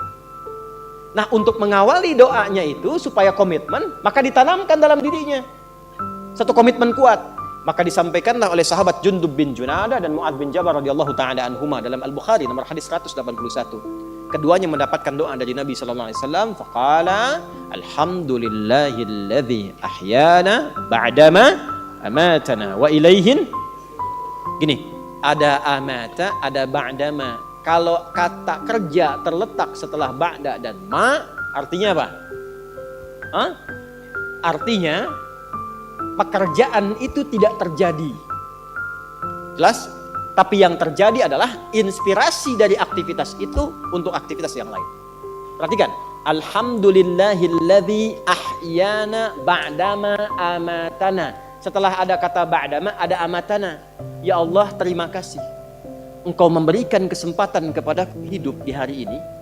Walaupun mungkin bila datang ajal itu engkau bisa wafatkan aku dalam tidur tadi. Cuma wafatnya nggak terjadi karena belum tiba ajal. Wa ilaihin nusyur. Nasyara itu artinya berpencar untuk kembali mencari bekal. Jadi kalau Anda, saya, kita dari kampung datang ke kota nyari bekal buat pulang, itu penyebarannya disebut nasyara. Pulangnya disebut ada. Sifatnya id, waktunya mi'ad, tempatnya ma'ad. Tempat kita pulang disebut ma'ad. Innalladzi farada 'alaikal Qur'ana laradduka ila ma'ad. Waktu pulangnya mi'ad. Innallaha la yukhliful mi'ad. Baik. Nah, kita bangun tidur berjanji sama Allah, sifatnya nusyur. Wa ilaihin, ya Allah, terima kasih. Engkau berikan kesempatan aku di hari ini menjalani kehidupan. Walaupun mungkin dalam tidur tadi, engkau bisa wafatkan kalau tiba ajalku. Tapi aku diberi kesempatan hidup saat ini sampai dengan ajalku. Maka aku berjanji, ya Allah, sekarang aku akan mencari bekal supaya persiapan untuk pulang menghadapmu. Itulah wa ilaihin nusyur maknanya. Makanya sebelum tidur, sunnahnya istighfar. Untuk mengevaluasi kegiatan sebelumnya yang salah. Setelah itu merencanakan. Kalau hari ini tadi nggak jamaah, besok saya ingin jamaah. Kalau hari ini saya belum infak, besok ingin infak. Direncanakan malamnya. Fa idza faraghta wa ila rabbika. Tapi nggak tahu besok hidup atau enggak. Kita tawakal sama Allah. Yang penting sudah istighfar, sudah punya rencana. Istighfar yang dilakukan sebelum tidur membuat kita nikmat. Dan tawakal pada Allah sekalipun wafat. Ternyata Allah bangunkan lagi, kita katakan alhamdulillahilladzi ahyana ba'dama amatana. Terima kasih ya Allah yang telah menahan rohku saat tidur tadi, tidak mewafatkanku sebelum datang ajalku. Aku berjanji hari ini aku akan menyempurnakan amalku demi mencari bekal pulang. Alhamdulillah. Pertanyaannya betul dicari nggak? Kok bisa ada orang baca doa bangun tidur tapi aktivitas di hari itu bermaksiat? Katanya cari bekal, tapi bangun tidur sudah gibahin orang. Udah bikin status yang bermasalah. Jelas sampai sini? Nah, itu yang dimaksud apa? Fi sabilillah. Menjadikan semua kegiatan itu dilakukan untuk menaati Allah. Ibu merawat anak karena Allah atau karena sayang anak? Mulai bingung jawabnya. Allah. Kalau ibu merawat anak karena Allah, pasti ibu akan memberikan pendidikan pada anak yang mendekatkan anak kepada Allah. Sekarang lihat buktinya sampai anak itu tumbuh. Kenal Allah. Gimana sholatnya? Gimana hubungannya dengan Quran? Kenal dia dengan nabinya? Kenal tidak dengan sahabat Rasulullah SAW? Antum nih anak-anak muda yang masih belajar. Antum belajar tuh karena Allah, karena ijazah. Allah. Gimana masuk kampus antum tuh? Kalau benar karena Allah, maka sifat-sifat yang Allah sampaikan lewat Nabi pasti diikuti. Belajar yang serius, harus sampai paham. Nggak ada masuk kelas, keluar nggak paham. Umat Islam nggak begitu. Nabi kan ajarkan masuk kelas, duduk paling depan. Nggak paham, tanya. Baru keluar setelah paham. Dapat paham itu, amalkan ilmunya di tempat ia tinggal. Nyambung semua. Ini duduk paling belakang. Nggak pernah nanya, ujian pinjam catatan teman. Terus karena Allah, fisabilillah. Ya kan? Walaupun memang orang Indonesia itu anugerahnya luar biasa. Saya sering sampaikan untuk motif. Bersyukurnya kita jadi orang Indonesia, Allah tanamkan banyak sekali kelebihan-kelebihan. Kita beragam, sehingga pengalaman keberagaman ini dibawa kemanapun bisa menyusul. Lalu lidahnya ringan, karena di kita ini sukunya banyak, pulau banyak kan? 13.667 pulau kan? Itu belum termasuk Pulau Gebang, Pulau Gadung, ya kan? Pulau Kapuk dan sebagainya. Nah, karena banyak ragamnya, lidahnya terlatih komunikasi. Jawa ketemu Sumatera, lidahnya dilatih. Sumatera ketemu Kalimantan, kita tahu ini dialeknya, tapi lidah kita tanpa terasa dilatih. Akhirnya apa? Belajar bahasa apapun mudah. Saya perhatikan nampaknya di dunia ini, di antaranya saya baru temukan orang Indonesia yang cepat belajar bahasa apapun seperti penuturnya. Kalau dia bicara nggak kelihatan orangnya, bicara bahasa Inggris misalnya, "Hey John, where have you been?" Itu nggak tahu kalau orang Cipanas. Betul. Dia ngobrol bahasa Arab, kayak halak ya Muhammad. Dia nggak tahu kalau itu orang Cimahi misalnya. Ya itu saking mudahnya. Silahkan lihat orang India bicara bahasa Inggris. Ketahuan Indianya. Take the money gitu. Orang Cina bahasa Arab ketahuan Cinanya. Tapi akan lebih mantap lagi kalau sunnahnya kita ikuti. Begitu diikuti tuntunannya fi sabilillah. Yang ingin saya katakan, orang-orang yang menjadikan kegiatannya karena Allah, kerja karena Allah, menjabat karena Allah, punya harta karena Allah, maka saat wafat dan masuk ke kubur ini, tadi Quran surah ketiga ayat 169 sampai dengan 171, jangan dikira orang-orang yang wafat, yang kegiatannya sebelum wafat dijadikan karena Allah, wafat begitu saja. Ayat ini turun untuk merespon dugaan orang yang meninggal waktu berjihad dengan Nabi, lalu wafat dalam perjuangan fi sabilillah, yang berjuang, berperang. Ini ayat tentang perang Uhud. Meninggal, mereka mengatakan tuh kan, dengan Muhammad sia-sia tuh, meninggal aja udah, mati aja. Ngapain ikut-ikut Muhammad SAW? Kalah juga kan, mati juga kan? Maka turunlah ayat-ayat ini untuk memberikan penguatan kepada umat Islam. Kalian yang gak ikut berperang pun meninggal juga kok. Ya kan? Kalian yang duduk ngopi pun meninggal juga kok. Karena di antara mereka ada yang mengatakan lebih baik duduk-duduk, ngopi-ngopi, teh-teh aja katanya, daripada ikutan begitu. Kalian meninggal juga. Mau sembunyi di tempat yang dilapis baja pun meninggal juga. Kalau sudah tiba ajal, wafat. Tapi bagaimana meninggal yang berkualitas? Maka turunlah ayat ini memberikan penjelasan. Mau yang ikut di militer, yang belajar, yang merawat di rumah tangga, yang bekerja, meninggallah dalam keadaan berkualitas sehingga dimuliakan di alam kuburnya. Jangan kira orang yang wafat, yang menjadikan hidupnya fi sabilillah, wafat begitu saja. Bal ahya'un 'inda rabbihim yurzaqun. Mereka diberikan kenikmatan berlimpah di alam kuburnya. Jadi ada kehidupan setelah kematian. Yang dimaksud mati, wafat, maut, meninggal itu adalah meninggalkan dunia. Jadi berpisah kehidupan kita di dunia, memasuki kehidupan baru di alam kubur. Jadi di alam kubur itu bukan diam begitu saja, ada hidup lagi. Ya, wafat itu maksudnya meninggalkan dunia. Nah, kematian itu gerbang pemisah dunia. Rohnya tercabut, selesai, dunianya selesai. Jadi yang dimaksud meninggal itu meninggalkan dunia, membebaskan kita dari kehidupan dunia, selesai dunianya. Seperti di dunia ada kehidupan kan, alam dunia. Kubur pun disebut alam, ada kehidupan di dalamnya. Cuma hidupnya bagaimana? Ya, seperti antum di dunia ini kalau ingin sukses, ingin bahagia, berbekal, bekerja, beraktivitas. Nah di alam kubur pun itu ada asbabnya. Mesti berbekal juga. Apa di antara bekalnya? Saya ingin motivasikan dulu. Ada orang begitu gembiranya mendapatkan limpahan dari hasil berbekalnya saat di dunia. Yastabshiruna. Nah, billadzina lam yalhaqu bihim min khalfihim alla khaufun 'alaihim wa lahum yahzanun. Kalau mereka mampu, yastabshir bukan basyara. Ada basyara, ada istabsyara, beda. Kalau basyara, orangnya masih hidup, minta disampaikan pada yang lain yang hidup.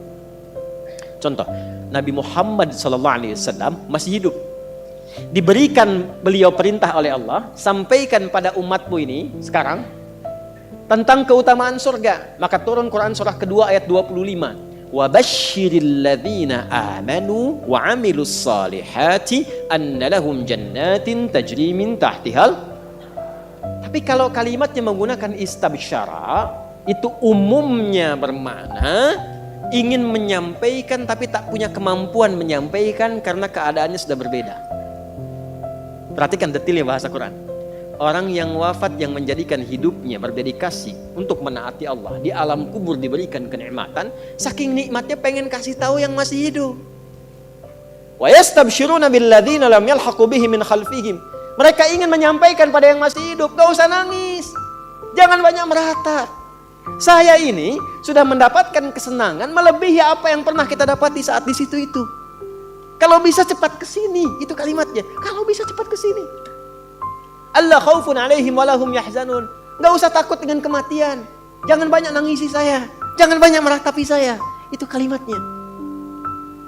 Dan di antara mereka ada yang Allah jaga sampai ke jasad-jasadnya. Saya bersaksi demi Allah, Anda boleh catat kalimat ini. Saya kemarin waktu ke Mekah, alhamdulillah Allah tunjukkan beberapa. Ya, saya diantaranya berziarah ke makam Kiai Haji Maimun Zubair Bahmun, termasuk ke ibunda tercinta Sayyidah Khadijah. Ya, Sayyidah Khadijah radhiyallahu taala anha. Ini ya enggak apa-apa disebarkan juga karena memang saya mengalami dan saya menyampaikan. Saya begitu melewati pemakaman-pemakaman, lalu di makamnya Mbah Mun itu, kemudian kita di situ berdoa kebaikan.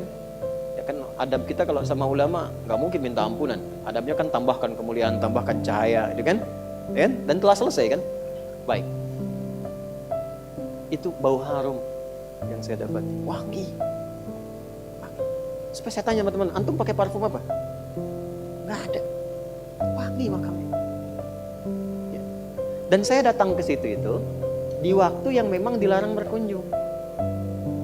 Pada zuhur. Kunjungan itu ba'da subuh dengan ba'da asar. Baru ada orang berkunjung. Dia tahu kalau ngasih minyak wangi ke situ itu tidak mungkin lah. Walaupun ada tuh kena panas selesai gitu. Ini waktunya datang ke situ ditolak. Kata bukan waktu kunjungan. Terus saya sampaikan ada ini saudara kami meninggal ayahnya di sini dan dimakamkan di sini. Saya ingin berziarah. Nah kita pakai jubah, pakai sorban putih itu biasanya kalau di sana imam. Singkatnya diperkenankan masuk. Ya, cuma saya berempat itu. Ya, saya 2 pendamping 2, kemudian 1 sahabat kami Pak Mukhlis Hashim, ayahnya Ustaz Hashim Yahya. Orang baik, orang saleh, tinggal 30 tahun di Mekah. Ya, jadi ustaz dai, wafat punya 3 permintaan. Wafat hari Jumat, ya. Kemudian juga bisa menyempurnakan Ramadan dan disalatkan di Masjidil Haram. Alhamdulillah, ya. Terkabul. 2 terkabul, yang 1 diselesaikan Ramadan sampai ke Syawal dulu. Ya, jadi disolatkan di Masjidil Haram. Tadinya nggak bisa dimakamkan di Ma'la. Yang ketiga minta di Ma'la. Tadinya nggak bisa dimakamkan di Ma'la. Yang ada tertulis di pekuburan raya. Tapi last minute yang terakhir masuk Masjidil Haram tiba-tiba bisa di Ma'la. Maka ketika dimakamkan di Ma'la, kami datang ke sana, kami berziarah. Nah itu Masya Allah, kemuliaan itu luar biasa. Ya belum yang tampak-tampak sekarang, kok bisa guru ngaji nggak pernah ketahuan orang makamnya utuh 20 tahun, 15 tahun. Jasadnya utuh, makam utuh biasa, jasad utuh, coba terangkan. Gigi masih ada, kulit masih ada, rambut sebagian masih ada, utuh. Guru ngaji, yang orang mungkin gak pada kenal, cuma keadaan di kampung. Tapi dia meyakini ada kehidupan setelah kematian. Dan betapa banyak orang-orang terlihat hebat nuansa kehidupan dunianya, tapi maaf, hanya ditemukan tulang belulang dalam alam kuburnya. Sekarang sudah banyak bisa kita akses, bisa kita lihat. Kalau sudah ditempatkan begitu belum sadar juga, dengan cara apa lagi Allah memberikan hidayah? Bahkan orang bikin sinetron hidayah dari alam kubur. Masya Allah. Ini yang ngajar ustaznya hidayat lagi. Hah? Nah karena itu nggak boleh berleha-leha. Maka ini yang senang ini yang kalau nggak percaya ikutin aja dulu, nggak ada ruginya atau meninggal juga. Nggak ada ruginya kan?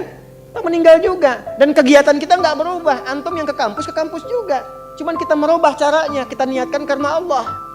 Innamal a'malu bin niat, kan tetap ke kampus yang sama, belajar di tempat yang sama, ujian dengan soal yang sama, nggak ada ruginya. Yang meningkat apa? Kualitasnya. Yang meningkat semangatnya. Meninggal juga sama-sama meninggal juga. Jadi kalau kita ikhtiarkan dari sekarang, tidak merubah keadaan dunia kita. Yang presiden tetap presiden, yang bupati tetap bupati, yang pebisnis tetap pebisnis. Nggak merubah keadaan kita. Lebih berkualitas dunianya, saat meninggal punya jaminan. Yang kasihan tuh yang nggak punya harapan. Nggak ada kehidupan setelah kubur, dunia nikmati. Terus ente setelah meninggal dunia kemana? Itu gimana nanti? Nggak punya harapan. Yang begitu jangan diikutin. Orang nggak punya harapan diikutin. Orang nggak jelas tuh jangan diikuti. Kita tuh punya dasar pengetahuan. Quran surah 17 ayat 36. Wala taqfu ma laysa laka bihi ilmun. Inna sam'a wal basara wal fuada kullu ulaika kana anhu mas'ula. Nah sekarang itu teman-teman kita punya harapan. Diterangkan dari sekarang. Makanya selama hidup kalau pengen seperti itu jangan main-main hidup dunianya. Maka turunlah surah At-Takatsur ayat kedua. Alhaakumut taka hatta zurtumul maqabir. Kalla, jangan sampai lalai Sudah masuk alam kubur baru sadar. Nanti kamu sadar, jangan sampai menyesal saat masuk alam kubur. Makabir itu jamak dari kubur. Hatta zurtumul makabir. Baru nyadar setelah di kuburan. Fa asaddaqu aku minas solihin. Ya, kalau Rabbir ji'un, ya Allah pengen balik lagi. Saya pengen merubah amalan saya. Telat Joni. Dengan malaikat kan santai aja kan. Telat. Gak bisa balik lagi. Nah, apa yang melalaikan seseorang sampai kemudian baru sadar di alam kubur? Di antaranya apa? Alhaakumut. Nah, terlalu tertambat hatinya dengan dunia. Harta. Enggak dilarang memperbanyak harta, silahkan banyak-banyakin. Banyakin. Tapi untuk apa? Fi sabilillah. Taati Allah dengan harta itu. Maaf, jangan kebayang kalau fi sabilillah itu untuk infak saja. Cari kotak masjid. Ya, setanah kusir. Nggak begitu, kan ada konsepnya. Ini untuk yang di keluarga. Bagaimana kenyamanan di rumah, bikin rumah yang nyaman sehingga punya musalla. Ya, anak-anak sekolahkan di tempat yang mengenal Allah, tingkatkan kualitasnya. Pakai untuk umrah, pakai untuk haji. Lihat saudara-saudara di samping. Setelah itu lebarkan. Baru ada babnya lagi setelah orang tua, saudara, kerabat, ada anak yatim, baru dibuka untuk umum. Itu ada petanya. Nah, sekarang pandai-pandai dengan harta antum menghitung kebutuhan sebulannya berapa. Tabungan pemetaannya berapa. Nah, yang lewat dari situ itu titipan Allah, bekal antum untuk mendapatkan ridhonya. Sebelum diambil. Antum gaji 30 juta, kebutuhan rumah tangga 15 juta, tabungan 5 juta. 10 juta itu bekal tabungan antum tuh akhirat. Maka babnya keluarkan di Quran. Apa bab ibadah lewat harta? Tunggangi itu. Jangan terlalu bergantung, nanti begitu meninggal baru sadar, mau balik lagi nggak bisa. Antum sekarang punya kedudukan, suatu saat hilang kedudukan itu. Pelajari bab tentang fikih kedudukan, bagaimana menaati Allah lewat kedudukan, bikin kebijakan yang baik. Sebelum meninggal, antum lagi belajar sekarang, taati Allah lewat ilmu. Bagaimana cara belajar yang benar sebelum meninggal. Bahkan ada orang meninggal sebelum wisuda. Saya punya adik murid, ngaji juga dengan kami itu, saat di Libya, di Tripoli. Itu saat masuk belum hafal Quran. Harapannya pengen hafal Quran. Minimal 2 tahun saat di sana. Saya masih ingat orangnya tuh Masya Allah. Baik, banyak senyum. Ya, saya buka lah namanya itu untuk diikuti. Ahmad Rashidi namanya, Masya Allah. Ya, itu baik, gak pernah cari konflik macam-macam. Tenang, taat. Al-Quran aja. Di sana itu kan tiap 2 tahun kalau lulus ujian, itu boleh pulang untuk nengok keluarga.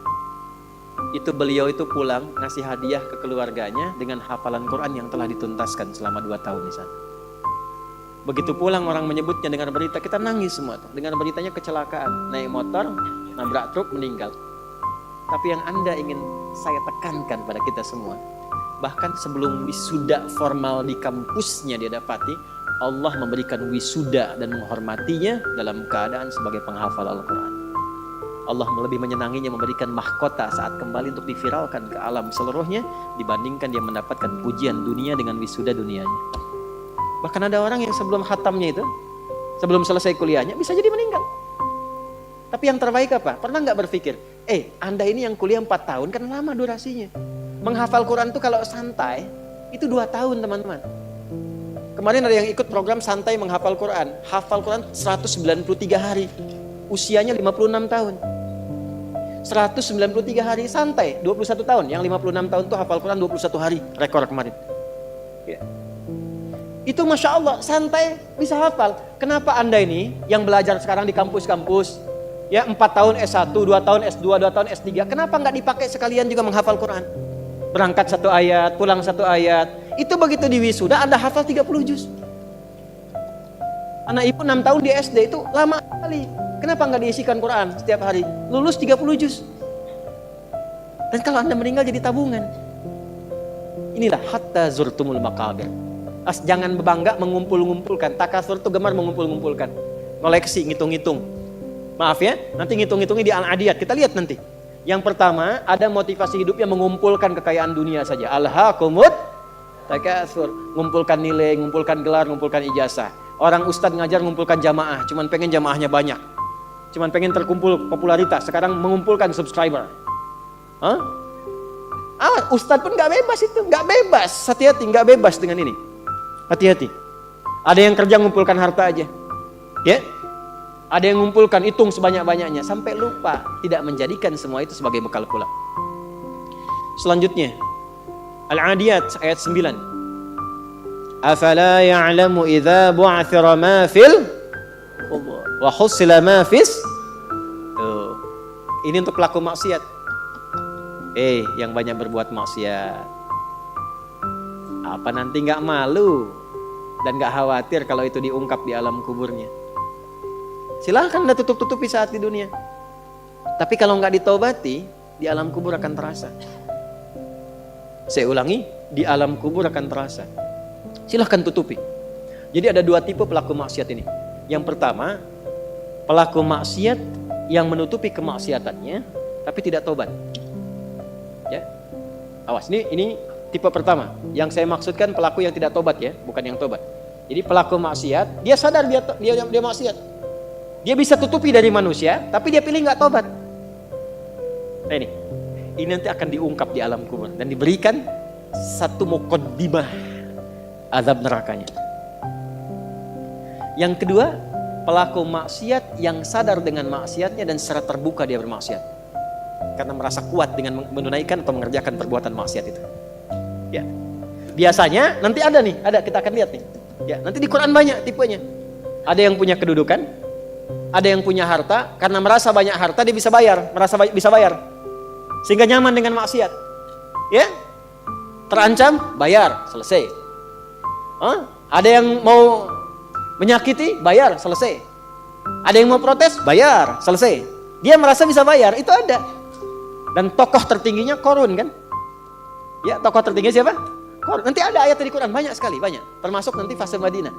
Ya, di Ali Imran tuh banyak sekali. Yang kedua yang punya kedudukan. Ya, contoh tertingginya Firaun. Dia merasa punya kedudukan, merasa punya segalanya. Setelah itu dia tampakkan kemungkaran, berbuat maksiat karena merasa bahwa tidak akan ada yang bisa menghalangi dengan kedudukan itu. Ya, tolong jangan dipotong videonya ya, karena ini musim-musim nanti mau pemilu, mau macam-macam tuh ya. Nah, saya ingatkan tuh, hati-hati loh. Ini bahasan An-Naba bukan macam-macam. Ya, nanti saya di akhir saya ingatkan lagi. Sekarang sudah mulai itu, ada potongan-potongan buat macam-macam. Saya tidak terkait dengan itu sama sekali ya. Balik ke sini. Nah itu dua tipe seperti itu. Turunlah kemudian surah Al-Adiyat ini salah satunya. Afala ya'lamu idza bu'athira ma fil wa husila ma fis, akan diungkap suatu saat nanti. Kalaupun Anda tutupi. Tapi bagi yang terakhir, perhatikan baik-baik.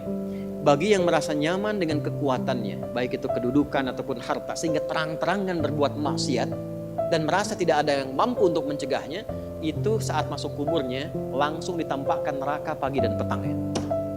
Di surah Ghafir, surah ke-40, ayat 46. An-naru yu'raduna 'alaiha ghuduwan wa 'ashiyya. Hati-hati. Ya, hati-hati. Wa yauma taqumus sa'atu adkhilu ala fir'auna asyaddal adzab. Ya, dicontohkan langsung Firaun dan koleganya. Kolega Firaun itu ada beberapa jenis. Satu, pemodalnya, pengusaha yang zalim. Itu namanya Qarun. Jadi biasanya kalau ada penguasa zalim di backing oleh pengusaha gelap misalnya, nah itu sudah komplit tuh keburukannya. Ya, nah ini dikisahkannya dengan Qarun yang pengusaha gelapnya. Kemudian ada pemikir yang menyimpangnya. Ya, pemikir yang menyimpang. Jadi ada intelektual yang hanya menguatkan kebijakan-kebijakan buruk saja supaya ini jalan. Orientasinya dunia. Ya. Siapa? Haman, sekaligus jenderalnya juga, Haman. Kisah Ba'lam berbeda nanti. Nah, ini disebut dengan koleganya ala Firaun. Jadi biasanya, hati-hati, fikihnya maksudnya begini. Kedudukan itu kalau sudah semakin tinggi, kedudukan yang semakin tinggi, maka di antara ujiannya adalah ada potensi-potensi yang mengajak pada penyimpangan. Dan dengan kedudukan itu, biasanya suka ada dorongan-dorongan menggunakan kedudukan untuk berbuat mungkar dan tampak kemungkaran itu. Yang paling bahaya kalau itu tidak banyak disadari sehingga merasa kuat untuk berbuat yang salah. Itu bahaya. Pun demikian, harta banyak itu potensi menghadirkan ujian Dan di antara ujian itu ada dorongan untuk menyimpang. Ya, bukan hanya ria, pamer, tidak, tapi menggunakan harta dengan cara yang tidak benar. Nyogok, menghambat keburukan, bagus, tapi mendatangkan kemaksiatan, buruk. Yang lain lagi apa? Ilmu bagus, tapi ditempatkan di tempat yang tidak bagus, bahaya. Nah, orang-orang seperti ini menggunakan ilmunya untuk bermaksiat terang-terangan, ya. Bahkan nanti ada yang menggunakan ilmunya untuk membela orang menyimpang, ada. Ya. Di zaman Nabi itu ada buzzer. Zaman Nabi. Ya, yang memang dibayar untuk apa? Untuk menjegal dakwahnya Nabi. Dan untuk memberikan satu gambaran buruk, citra buruk tentang Nabi. Buka surah Ali Imran ayat 107, 108, 109, 110. Ya. Sudah? Sudah? Ada yastakhfuna minan nasi wa la yastakhfuna minallahi wa huwa ma'ahum idh yubayyituna ma la yarda minal qaul. Jadi kerjaannya apa? Kerjaannya kumpul-kumpul. Mereka menganggap bahwa itu aman dari Allah. Ya, untuk merendahkan Nabi. Mereka merasa punya pelindung. Ya. Awas, mereka punya rasa punya pelindung. Ayat sebelumnya kan wala tujadil 'anil ladzina yahtanuna anfusahum. Itu kecaman kepada orang-orang pintar yang membela orang-orang yang suka menyoal. Jadi ada bazar yang kalau malam-malam suka kumpul, suka merumuskan bagaimana cara merendahkan Nabi, bagaimana cara merusak citra Nabi. Nah, setelah mereka tampil, itu dibela, di backing orang-orang pintar yang bahkan menguatkan tindakan mereka. Dan saking sayangnya di antara mereka ada yang mengaku muslim. Itulah yang masuk pada golongan Abdullah bin Ubay bin Salul yang munafik itu. Nah, kalau nggak disebutkan kapan kejadiannya, siapa orangnya, itu tandanya akan muncul lagi di kemudian hari keadaan-keadaan serupa dengan tokoh yang berbeda. Itu mesti hati-hati. Ya. Nah, itu orang-orang pintar yang mengaku muslim, ya, bahkan yang non muslimnya itu diminta berpikir, ha antum haula'i, ya, tuhibbunahum wa la yuhibbunakum. Ha antum haula'i jadaltum anhum fil hayatid dunya. Engkau ini kenapa sih membela mereka dengan ilmumu? Maka apakah engkau bisa menggunakan ilmumu untuk mendebat Allah di hari kiamat nanti? Pertanggungjawabannya bagaimana? Yang pintar ditanya oleh Allah, yang kepintarannya dipakai untuk maksiat, itu akan dihisab oleh Allah. Ya, kalau bahasa bebasnya begini, coba pakai lagi kepintaranmu itu untuk membela mereka di hadapanku. Hati-hati. Nah, apa yang terjadi pada orang seperti ini? Kalau dia tidak bertobat, makanya kalau ada kita doakan. Bukan sibuk mencela. Bukan menutup peluang mereka untuk bertobat. Selama masih hidup, masih punya hak untuk soleh. Makanya jangan libatkan diri kita pada perdebatan yang tidak bermutu. Jangan rendahkan orang, walaupun dia pelaku maksiat. Minimal kita doakan, tunjukkan jalan yang benar. Setelah itu abaikan. Itu ayat Qurannya demikian. Quran surah keempat ayat 140. Ya, wa qad nazzala 'alaikum fil kitabi an idza sami'tum ayatillahi yukfaru biha wa yustahza'u biha fala taq'udu ma'ahum hatta yahudu fi haditsin ghairi innakum idzam mithluhum innallaha jami'ul munafiqina wal kafirina fi jahannam jami'a. Kalau ada orang usil menyoal agama, mengolok-olok dan sebagainya, cukup tinggalkan, jangan banyak dikomeni, jangan banyak direndahkan, jangan banyak dicaci. Mencela yang sudah tercela itu buang-buang energi. Kalau mau doakan supaya sadar, atau terangkan yang benar, setelah itu abaikan. Quran itu indah sekali. Tapi kalau mereka nggak tobat, kita kasih tahu, ini ada ayatnya. Wah, kayak yang pernah ke alam kubur saja, ya terserah Anda. Tapi kalau nanti di alam kubur, minimal Anda tahu dulu sekarang. Ya kan? Minimal tahu dulu. Kalau mau merasakan, nanti aja setelah ke kubur. Saya cuma mengingatkan apa yang Allah sampaikan. Apa yang Allah sampaikan? An-naru yu'raduna 'alaiha ghudwa wa 'ashiyya. Ditampakkan neraka jahanam pagi dan petang. Jadi setiap waktu cuma neraka aja tampak. Pernah dengar nggak kalimat ini? Nggak ada tuh siksa kubur, yang ada cuma tidur aja. Pernah dengar? Bagaimana cara menjawabnya? Nah, gampang.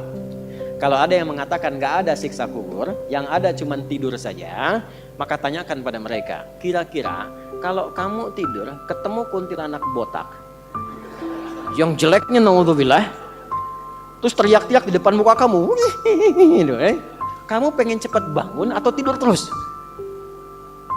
Biasanya kalau mimpi buruk bangun atau tidur terus? Bangun tuh karena takut atau tidak? Merasa tersiksa tidak? Maka tidak ada siksa yang paling pedih kecuali saat orang berada di alam kuburnya tak bisa bangun lagi, ditampakkan neraka terus di alam kuburnya. Bukankah itu siksaan?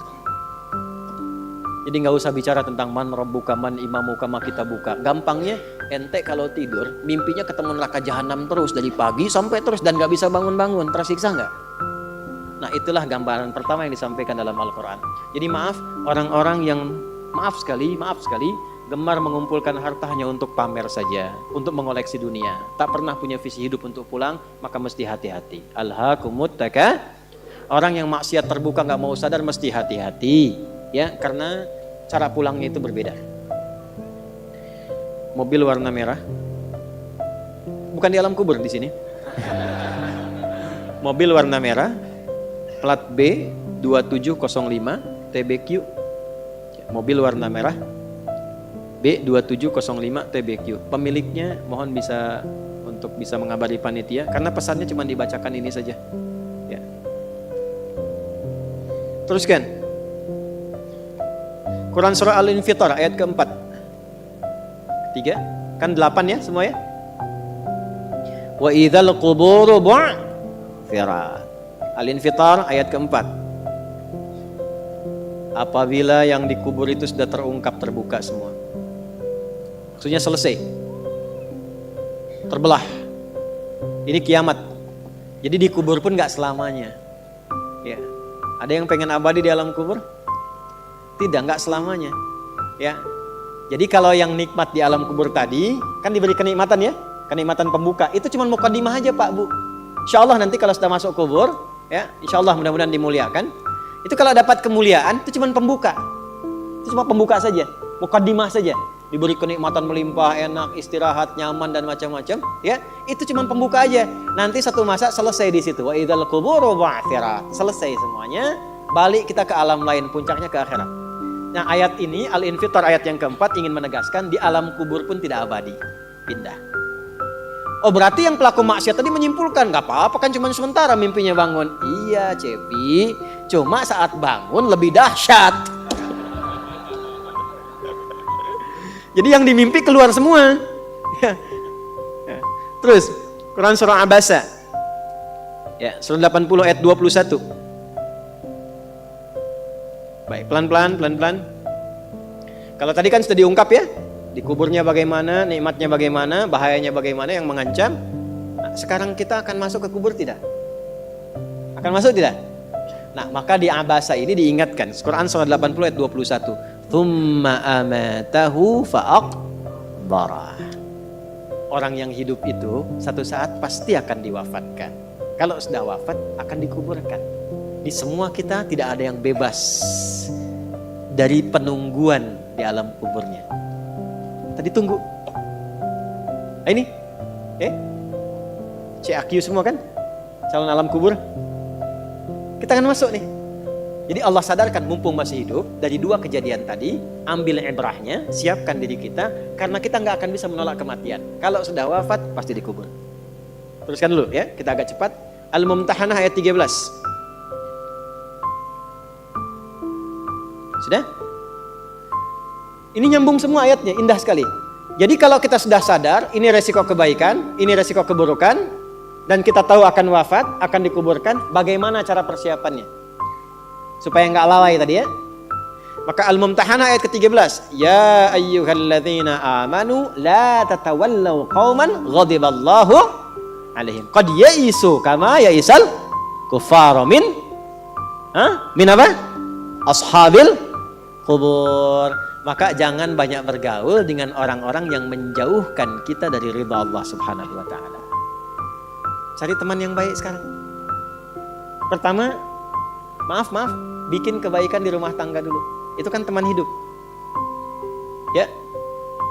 Awas, hati-hati. Kalau melihat istri kurang baik atau sebaliknya, jangan dihakimi, jangan difonisi. Justru Allah kirimkan antum itu untuk menebarkan kebaikan dan menyempurnakan kesemaan bersama. Jelas? Jadi sekarang yang dilakukan teman hidup dulu. Rubah jadi baik dulu. Anak-anak jadi baik dulu. Setelah itu cari tempat tinggal yang baik. Bergaul dengan orang baik. Antum yang kuliah cari teman yang baik. Antum yang kerja cari teman yang baik. Maaf. Kalau ada tawaran, kedudukan, hartanya berlipat, tapi menjauhkan Anda dari Allah, ingat ini. thumma amatahu fa aqbarah. Ingat saat ditawari itu Anda meninggal, dikubur. Dan ingat ancamannya. Ingat pasalnya tuh. Ya, ingat suratnya. Paham? Nah, karena itu masukkan ayatnya, jangan sekali-kali menjadikan keadaan di sekitaran kita justru memperkuat datangnya ancaman Allah dan nestapa saat kembali ke alam kuburnya. Bahkan orang-orang yang tidak beriman pun, yang buruk pun, yang beriman tapi maksiat pun, itu sejatinya ketika temannya masuk ke kubur gak mau ikut-ikutan. Makanya disindir oleh Allah. Hei, kamu ini sadar gak sih? Orang yang mengajak kamu maksiat itu, lihat temannya meninggal pun, temannya wafat pun, dia gak pengen ikut. Kadang-kadang dia abaikan. Coba lihat, ya ada pimpinan misalnya tingkat tertinggi, lihat anak buah bawahnya misalnya menjalankan tugas bahkan dari dia untuk berbuat salah, berbuat maksiat. Ya, apakah mengedarkan narkoba atau misalnya membackingi kegiatan yang tidak baik. Lalu tiba-tiba dia wafat, apakah peduli atasannya? Tidak. Yang ada yang terjadi jangan bawa-bawa atasan, padahal dia yang nyuruh. Terus Anda mau jadikan teman yang seperti itu? Dia pada kawannya saja nggak bertanggung jawab. Dengan imannya saja dia nggak peduli. Kalau dia dengan Allah saja nggak peduli, kenapa Anda dia jadikan teman? Dan kenapa Anda menjadikannya dia teman? Kalau bahasa anak sekarang tuh begini, Allah aja dia gituin, apalagi kamu. Ya kan? Ya, Nabi aja dia cuekin, apalagi kamu kan? Ini peringatan Quran, ini bukan dari saya. Ini peringatan Quran. Jangan sekali-kali Anda dimanapun Anda berdinaskah, tugas formal, Anda berdagangkah, jangan berteman dengan orang menyimpang. Karena saat Anda susah pun yang akan peduli. Temannya aja yang sama-sama berbuat menyimpang, dia sisihkan, apalagi Anda. Paham? Teruskan. Quran surah ke 35 Fatir ayat 22. Wa ma yastawil ahya'u wal amwat. Innallaha yasma'u man yasha' wa ma anta bimusmi'in man fil qubur. Kalau Anda masih belum sadar juga, kata Allah, hei, kamu ini masih hidup, masih punya harapan, masih punya bekal. Kalau sudah meninggal, gak sama keadaan orang hidup dengan wafat. Mumpung kamu masih hidup, karena kalau sudah meninggal, temanmu yang meninggal pun kamu gak bisa dengar suaranya. Cuma saya yang tahu keadaan di alam kubur. Karena saya tahu, kata Allah, dan saya punya Rahman dan Rahim, dengan sayang saya sampaikan kepadamu. Karena sayang saya. Ibu maaf, kalau ada anak misalnya ingin berbuat menyimpang, ibu cegah tidak? Kenapa? Karena ibu sayang. Karena itulah ibu saking sayangnya, maaf, jangankan anak lahir, di dalam saat dikandung pun bukankah dijaga dari yang mafsadat? Dijaga dari yang merusak. Ibu kalau sedang mengandung, mau nggak makan makanan yang kotor? Makanan yang merusak? Tidak kan? Kenapa? Karena sayang kepada bayi yang dikandung, janin yang terkandung. Di tempatnya pun disebut oleh Allah dengan rahim. Karena ada rahim, dijaga betul. Miring kanan susah, kiri susah, telungkup gak mungkin. Dijaga supaya apa? Supaya di dalamnya merasakan ketenangan. Karena apa? Karena ada tempat disebut dengan rahim. Nah, Allah itu sifat rahim melekat kepadanya. Karena sayang dengan kita, diingatkan. Bahasa bebasnya gini, karena saya sayang engkau dengan rahimku. Karena saya cinta kamu dengan rahmanku. Jangan sampai masuk kubur, kamu tersiksa, kamu nestapa. Karena beda antara hidup di dunia dengan kehidupan di kubur. Mumpung masih hidup, cari bekal. Karena engkau tak mampu mendengar apa yang terjadi dalam kubur. Jadi kalau tadi Allah sampaikan jangan bergaul dengan yang begini, jangan terlena dengan yang seperti ini, itu karena Allah sayang dengan kita. Itu saja. Jelas ya? Ya, jadi kalau nggak sayang nggak akan mungkin diingatkan. Teruskan. Al-Hajj ayat ke-7. Yang ketujuhnya Al-Hajj ayat ke-7. Wa anna as-sa'ata atiyatun la raiba fiha wa anna Allah yab'atsu man fil qubur. Tapi jangan khawatir, sekalipun engkau masuk ke alam kubur, kata Allah, karena sayang, aku pesankan berbekal dari sekarang. Di alam kubur aku penuhi nikmatku kepadamu. Tapi itu cuma sementara, besok-besok selesai aku bangkitkan semua kalian, aku tepati janjiku untuk memberikan surga kepadamu. Karena itulah orang yang baru mau meninggal dalam sakaratul mautnya, kalau benar dia mengikuti apa yang Allah pesankan dari ayat-ayat tadi, maka Allah berikan pendahuluan sebelum masuk kubur. Ditampakkan bahkan surganya di hadapannya, dimasukkan dalam golongan hambanya, ditenangkan saat wafatnya. Ya ayyatuhan nafsul mutmainnah, irji'i ila rabbika radiyatan fadkhuli fi wadkhuli. Nah, jannahnya ditampakkan. Terakhir At-Taubah ayat 84. Quran surah At-Taubah ayat 84. Kalau ada orang yang tidak peduli dengan peringatan ini. Ini 7 ayat nih, itu pesannya. Ini bukan ilmu ta'ati ya, untuk mengingatkan saja. Kadang kita sulit sih, tapi kalau antum ngambil jurusan yang sama, itu insya Allah mendapatkan kenikmatannya. Contoh begini misalnya. Kenapa ada ayat di Quran itu jumlah bilangannya sama? Serupa dengan lawannya. Malaikat disebutkan 88 kali, setan disebutkan 88 kali. Nah, lawan tugas malaikat itu setan. Malaikat membisikkan kebaikan, setan memprovokasi keburukan. Jumlahnya sama, karena setiap hari pun kita nggak akan bebas dari 2 bisikan itu, baik atau buruk. Nah ini, kenapa ayat pengingat alam kubur dan kehidupan dunia 7 kali? Salah satu pesannya adalah karena kita 7 hari beraktivitas selama hidup di bumi itu. Maka diingatkan setiap hari. Maka setiap hari itu mesti ingat kematian. Sebelum tidur istighfar, siap nggak bekalnya, lihat temannya, selamat nggak keluarganya, ya. Maaf, izin, maaf sekali, saya berulang kali minta maaf nih, ya, berulang kali. Ada seorang suami saleh, istrinya salehah luar biasa. Satu kali suaminya karena kelelahan, bangunnya agak terlambat. Biasanya jam 3, ini setengah 4 bisa. Itu istrinya bangunkan sambil bersenandung. Pak, sayang, cepat bangun Pak. Perjalanan kita masih panjang. Sedangkan ajal semakin mendekat. Sedangkan para musafir sudah punya banyak bekal di depan kita. Kita mesti nyusul mereka. Bangun Pak. Itu Masya Allah kalau pakai bahasa Arab indah sekali. Pak, ajal itu mendekat kepada kita. Sedangkan perjalanan masih panjang. Teman-teman kita sudah di depan, bekalnya banyak sekali. Maksudnya apa? Teman-teman kita sudah ada yang hafal Quran, sholatnya gak putus, malamnya banyak tahajud, puasanya gak putus, sunnahnya dikerjakan. Kita ini ya Allah, mau bangun tidur aja susah ya Allah, mau tahajud aja susah. Sementara ajal datang semakin dekat. Pak bangun Pak, bangun Pak. Takutnya kita meninggal malam ini, kita gak bisa menyusul teman-teman kita yang sudah di depan. Itu istri bangunkan suaminya. Ada lagi yang suami mau kerja dibisikin istrinya. Pak, jangan sampai cari yang haram ya. Papa gak bawa apa-apa pun ke rumah di hari ini. Kami keluarga akan sabar. Mama akan tenangkan pada keluarga supaya sabar.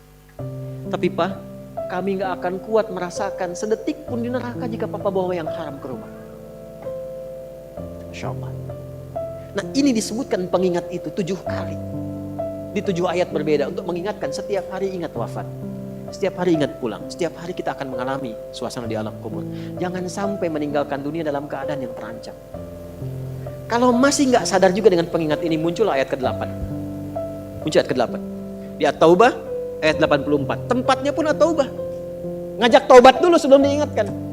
Tapi dasar karena gak pengen taubat juga, maka munculnya ancaman.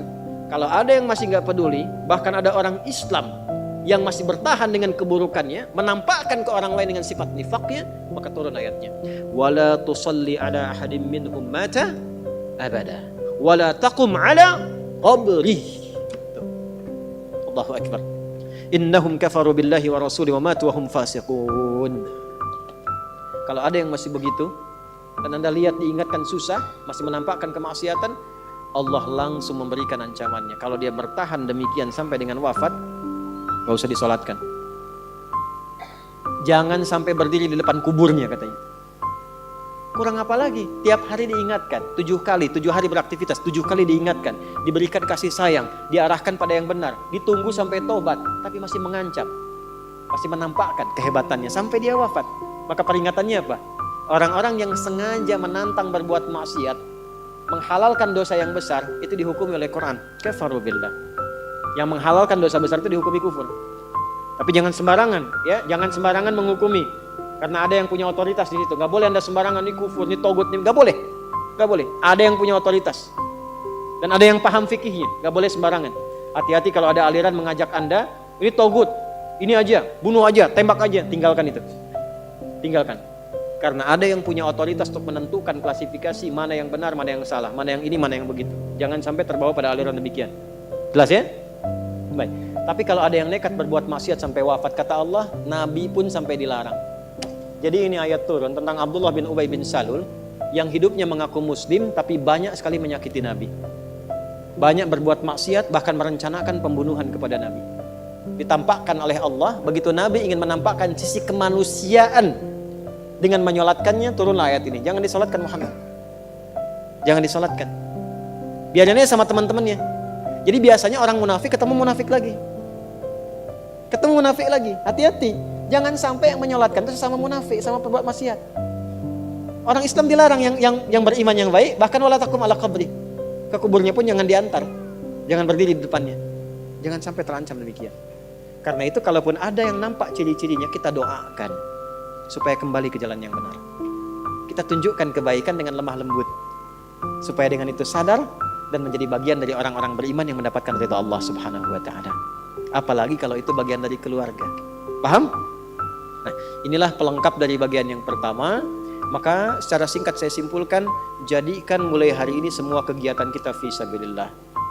Suami mendidik istri fisabilillah, menyayanginya fisabilillah. Mohon tatap istri Anda, keluarga Anda sebagai titipan Allah, dan Anda akan dihisab. Saya tuh kalau pulang malam saya tatap istri anak-anak saya yang sudah tertidur. Sekarang Anda suka tanyakan, ya Allah, di mana saya dihisab ini? Saya khawatir mengajar banyak orang datang, tapi pada keluarga sendiri tidak mendapatkan perhatian sesuai dengan hak. Ya Allah, ketemu lagi enggak gitu. Antum dihisab, kan itu dipasangkan dengan ampun, bukan dengan yang lain. Itu dihisab. Maka perlakukan pasangan sebagai amanah Allah. Lakukan. Demikian juga istri kepada suami, anak-anak. Kemudian bekerja lakukan fisabilillah. Kalau sudah fisabilillah nggak mungkin korupsi, nggak mungkin nyogok. Jangan pulang dengan membawa yang haram. Sayangi keluarga. Antum yang belajar nih, yang masih belajar, fisabilillah, jangan pernah nyontek. Ya. Jangan malas-malas belajar.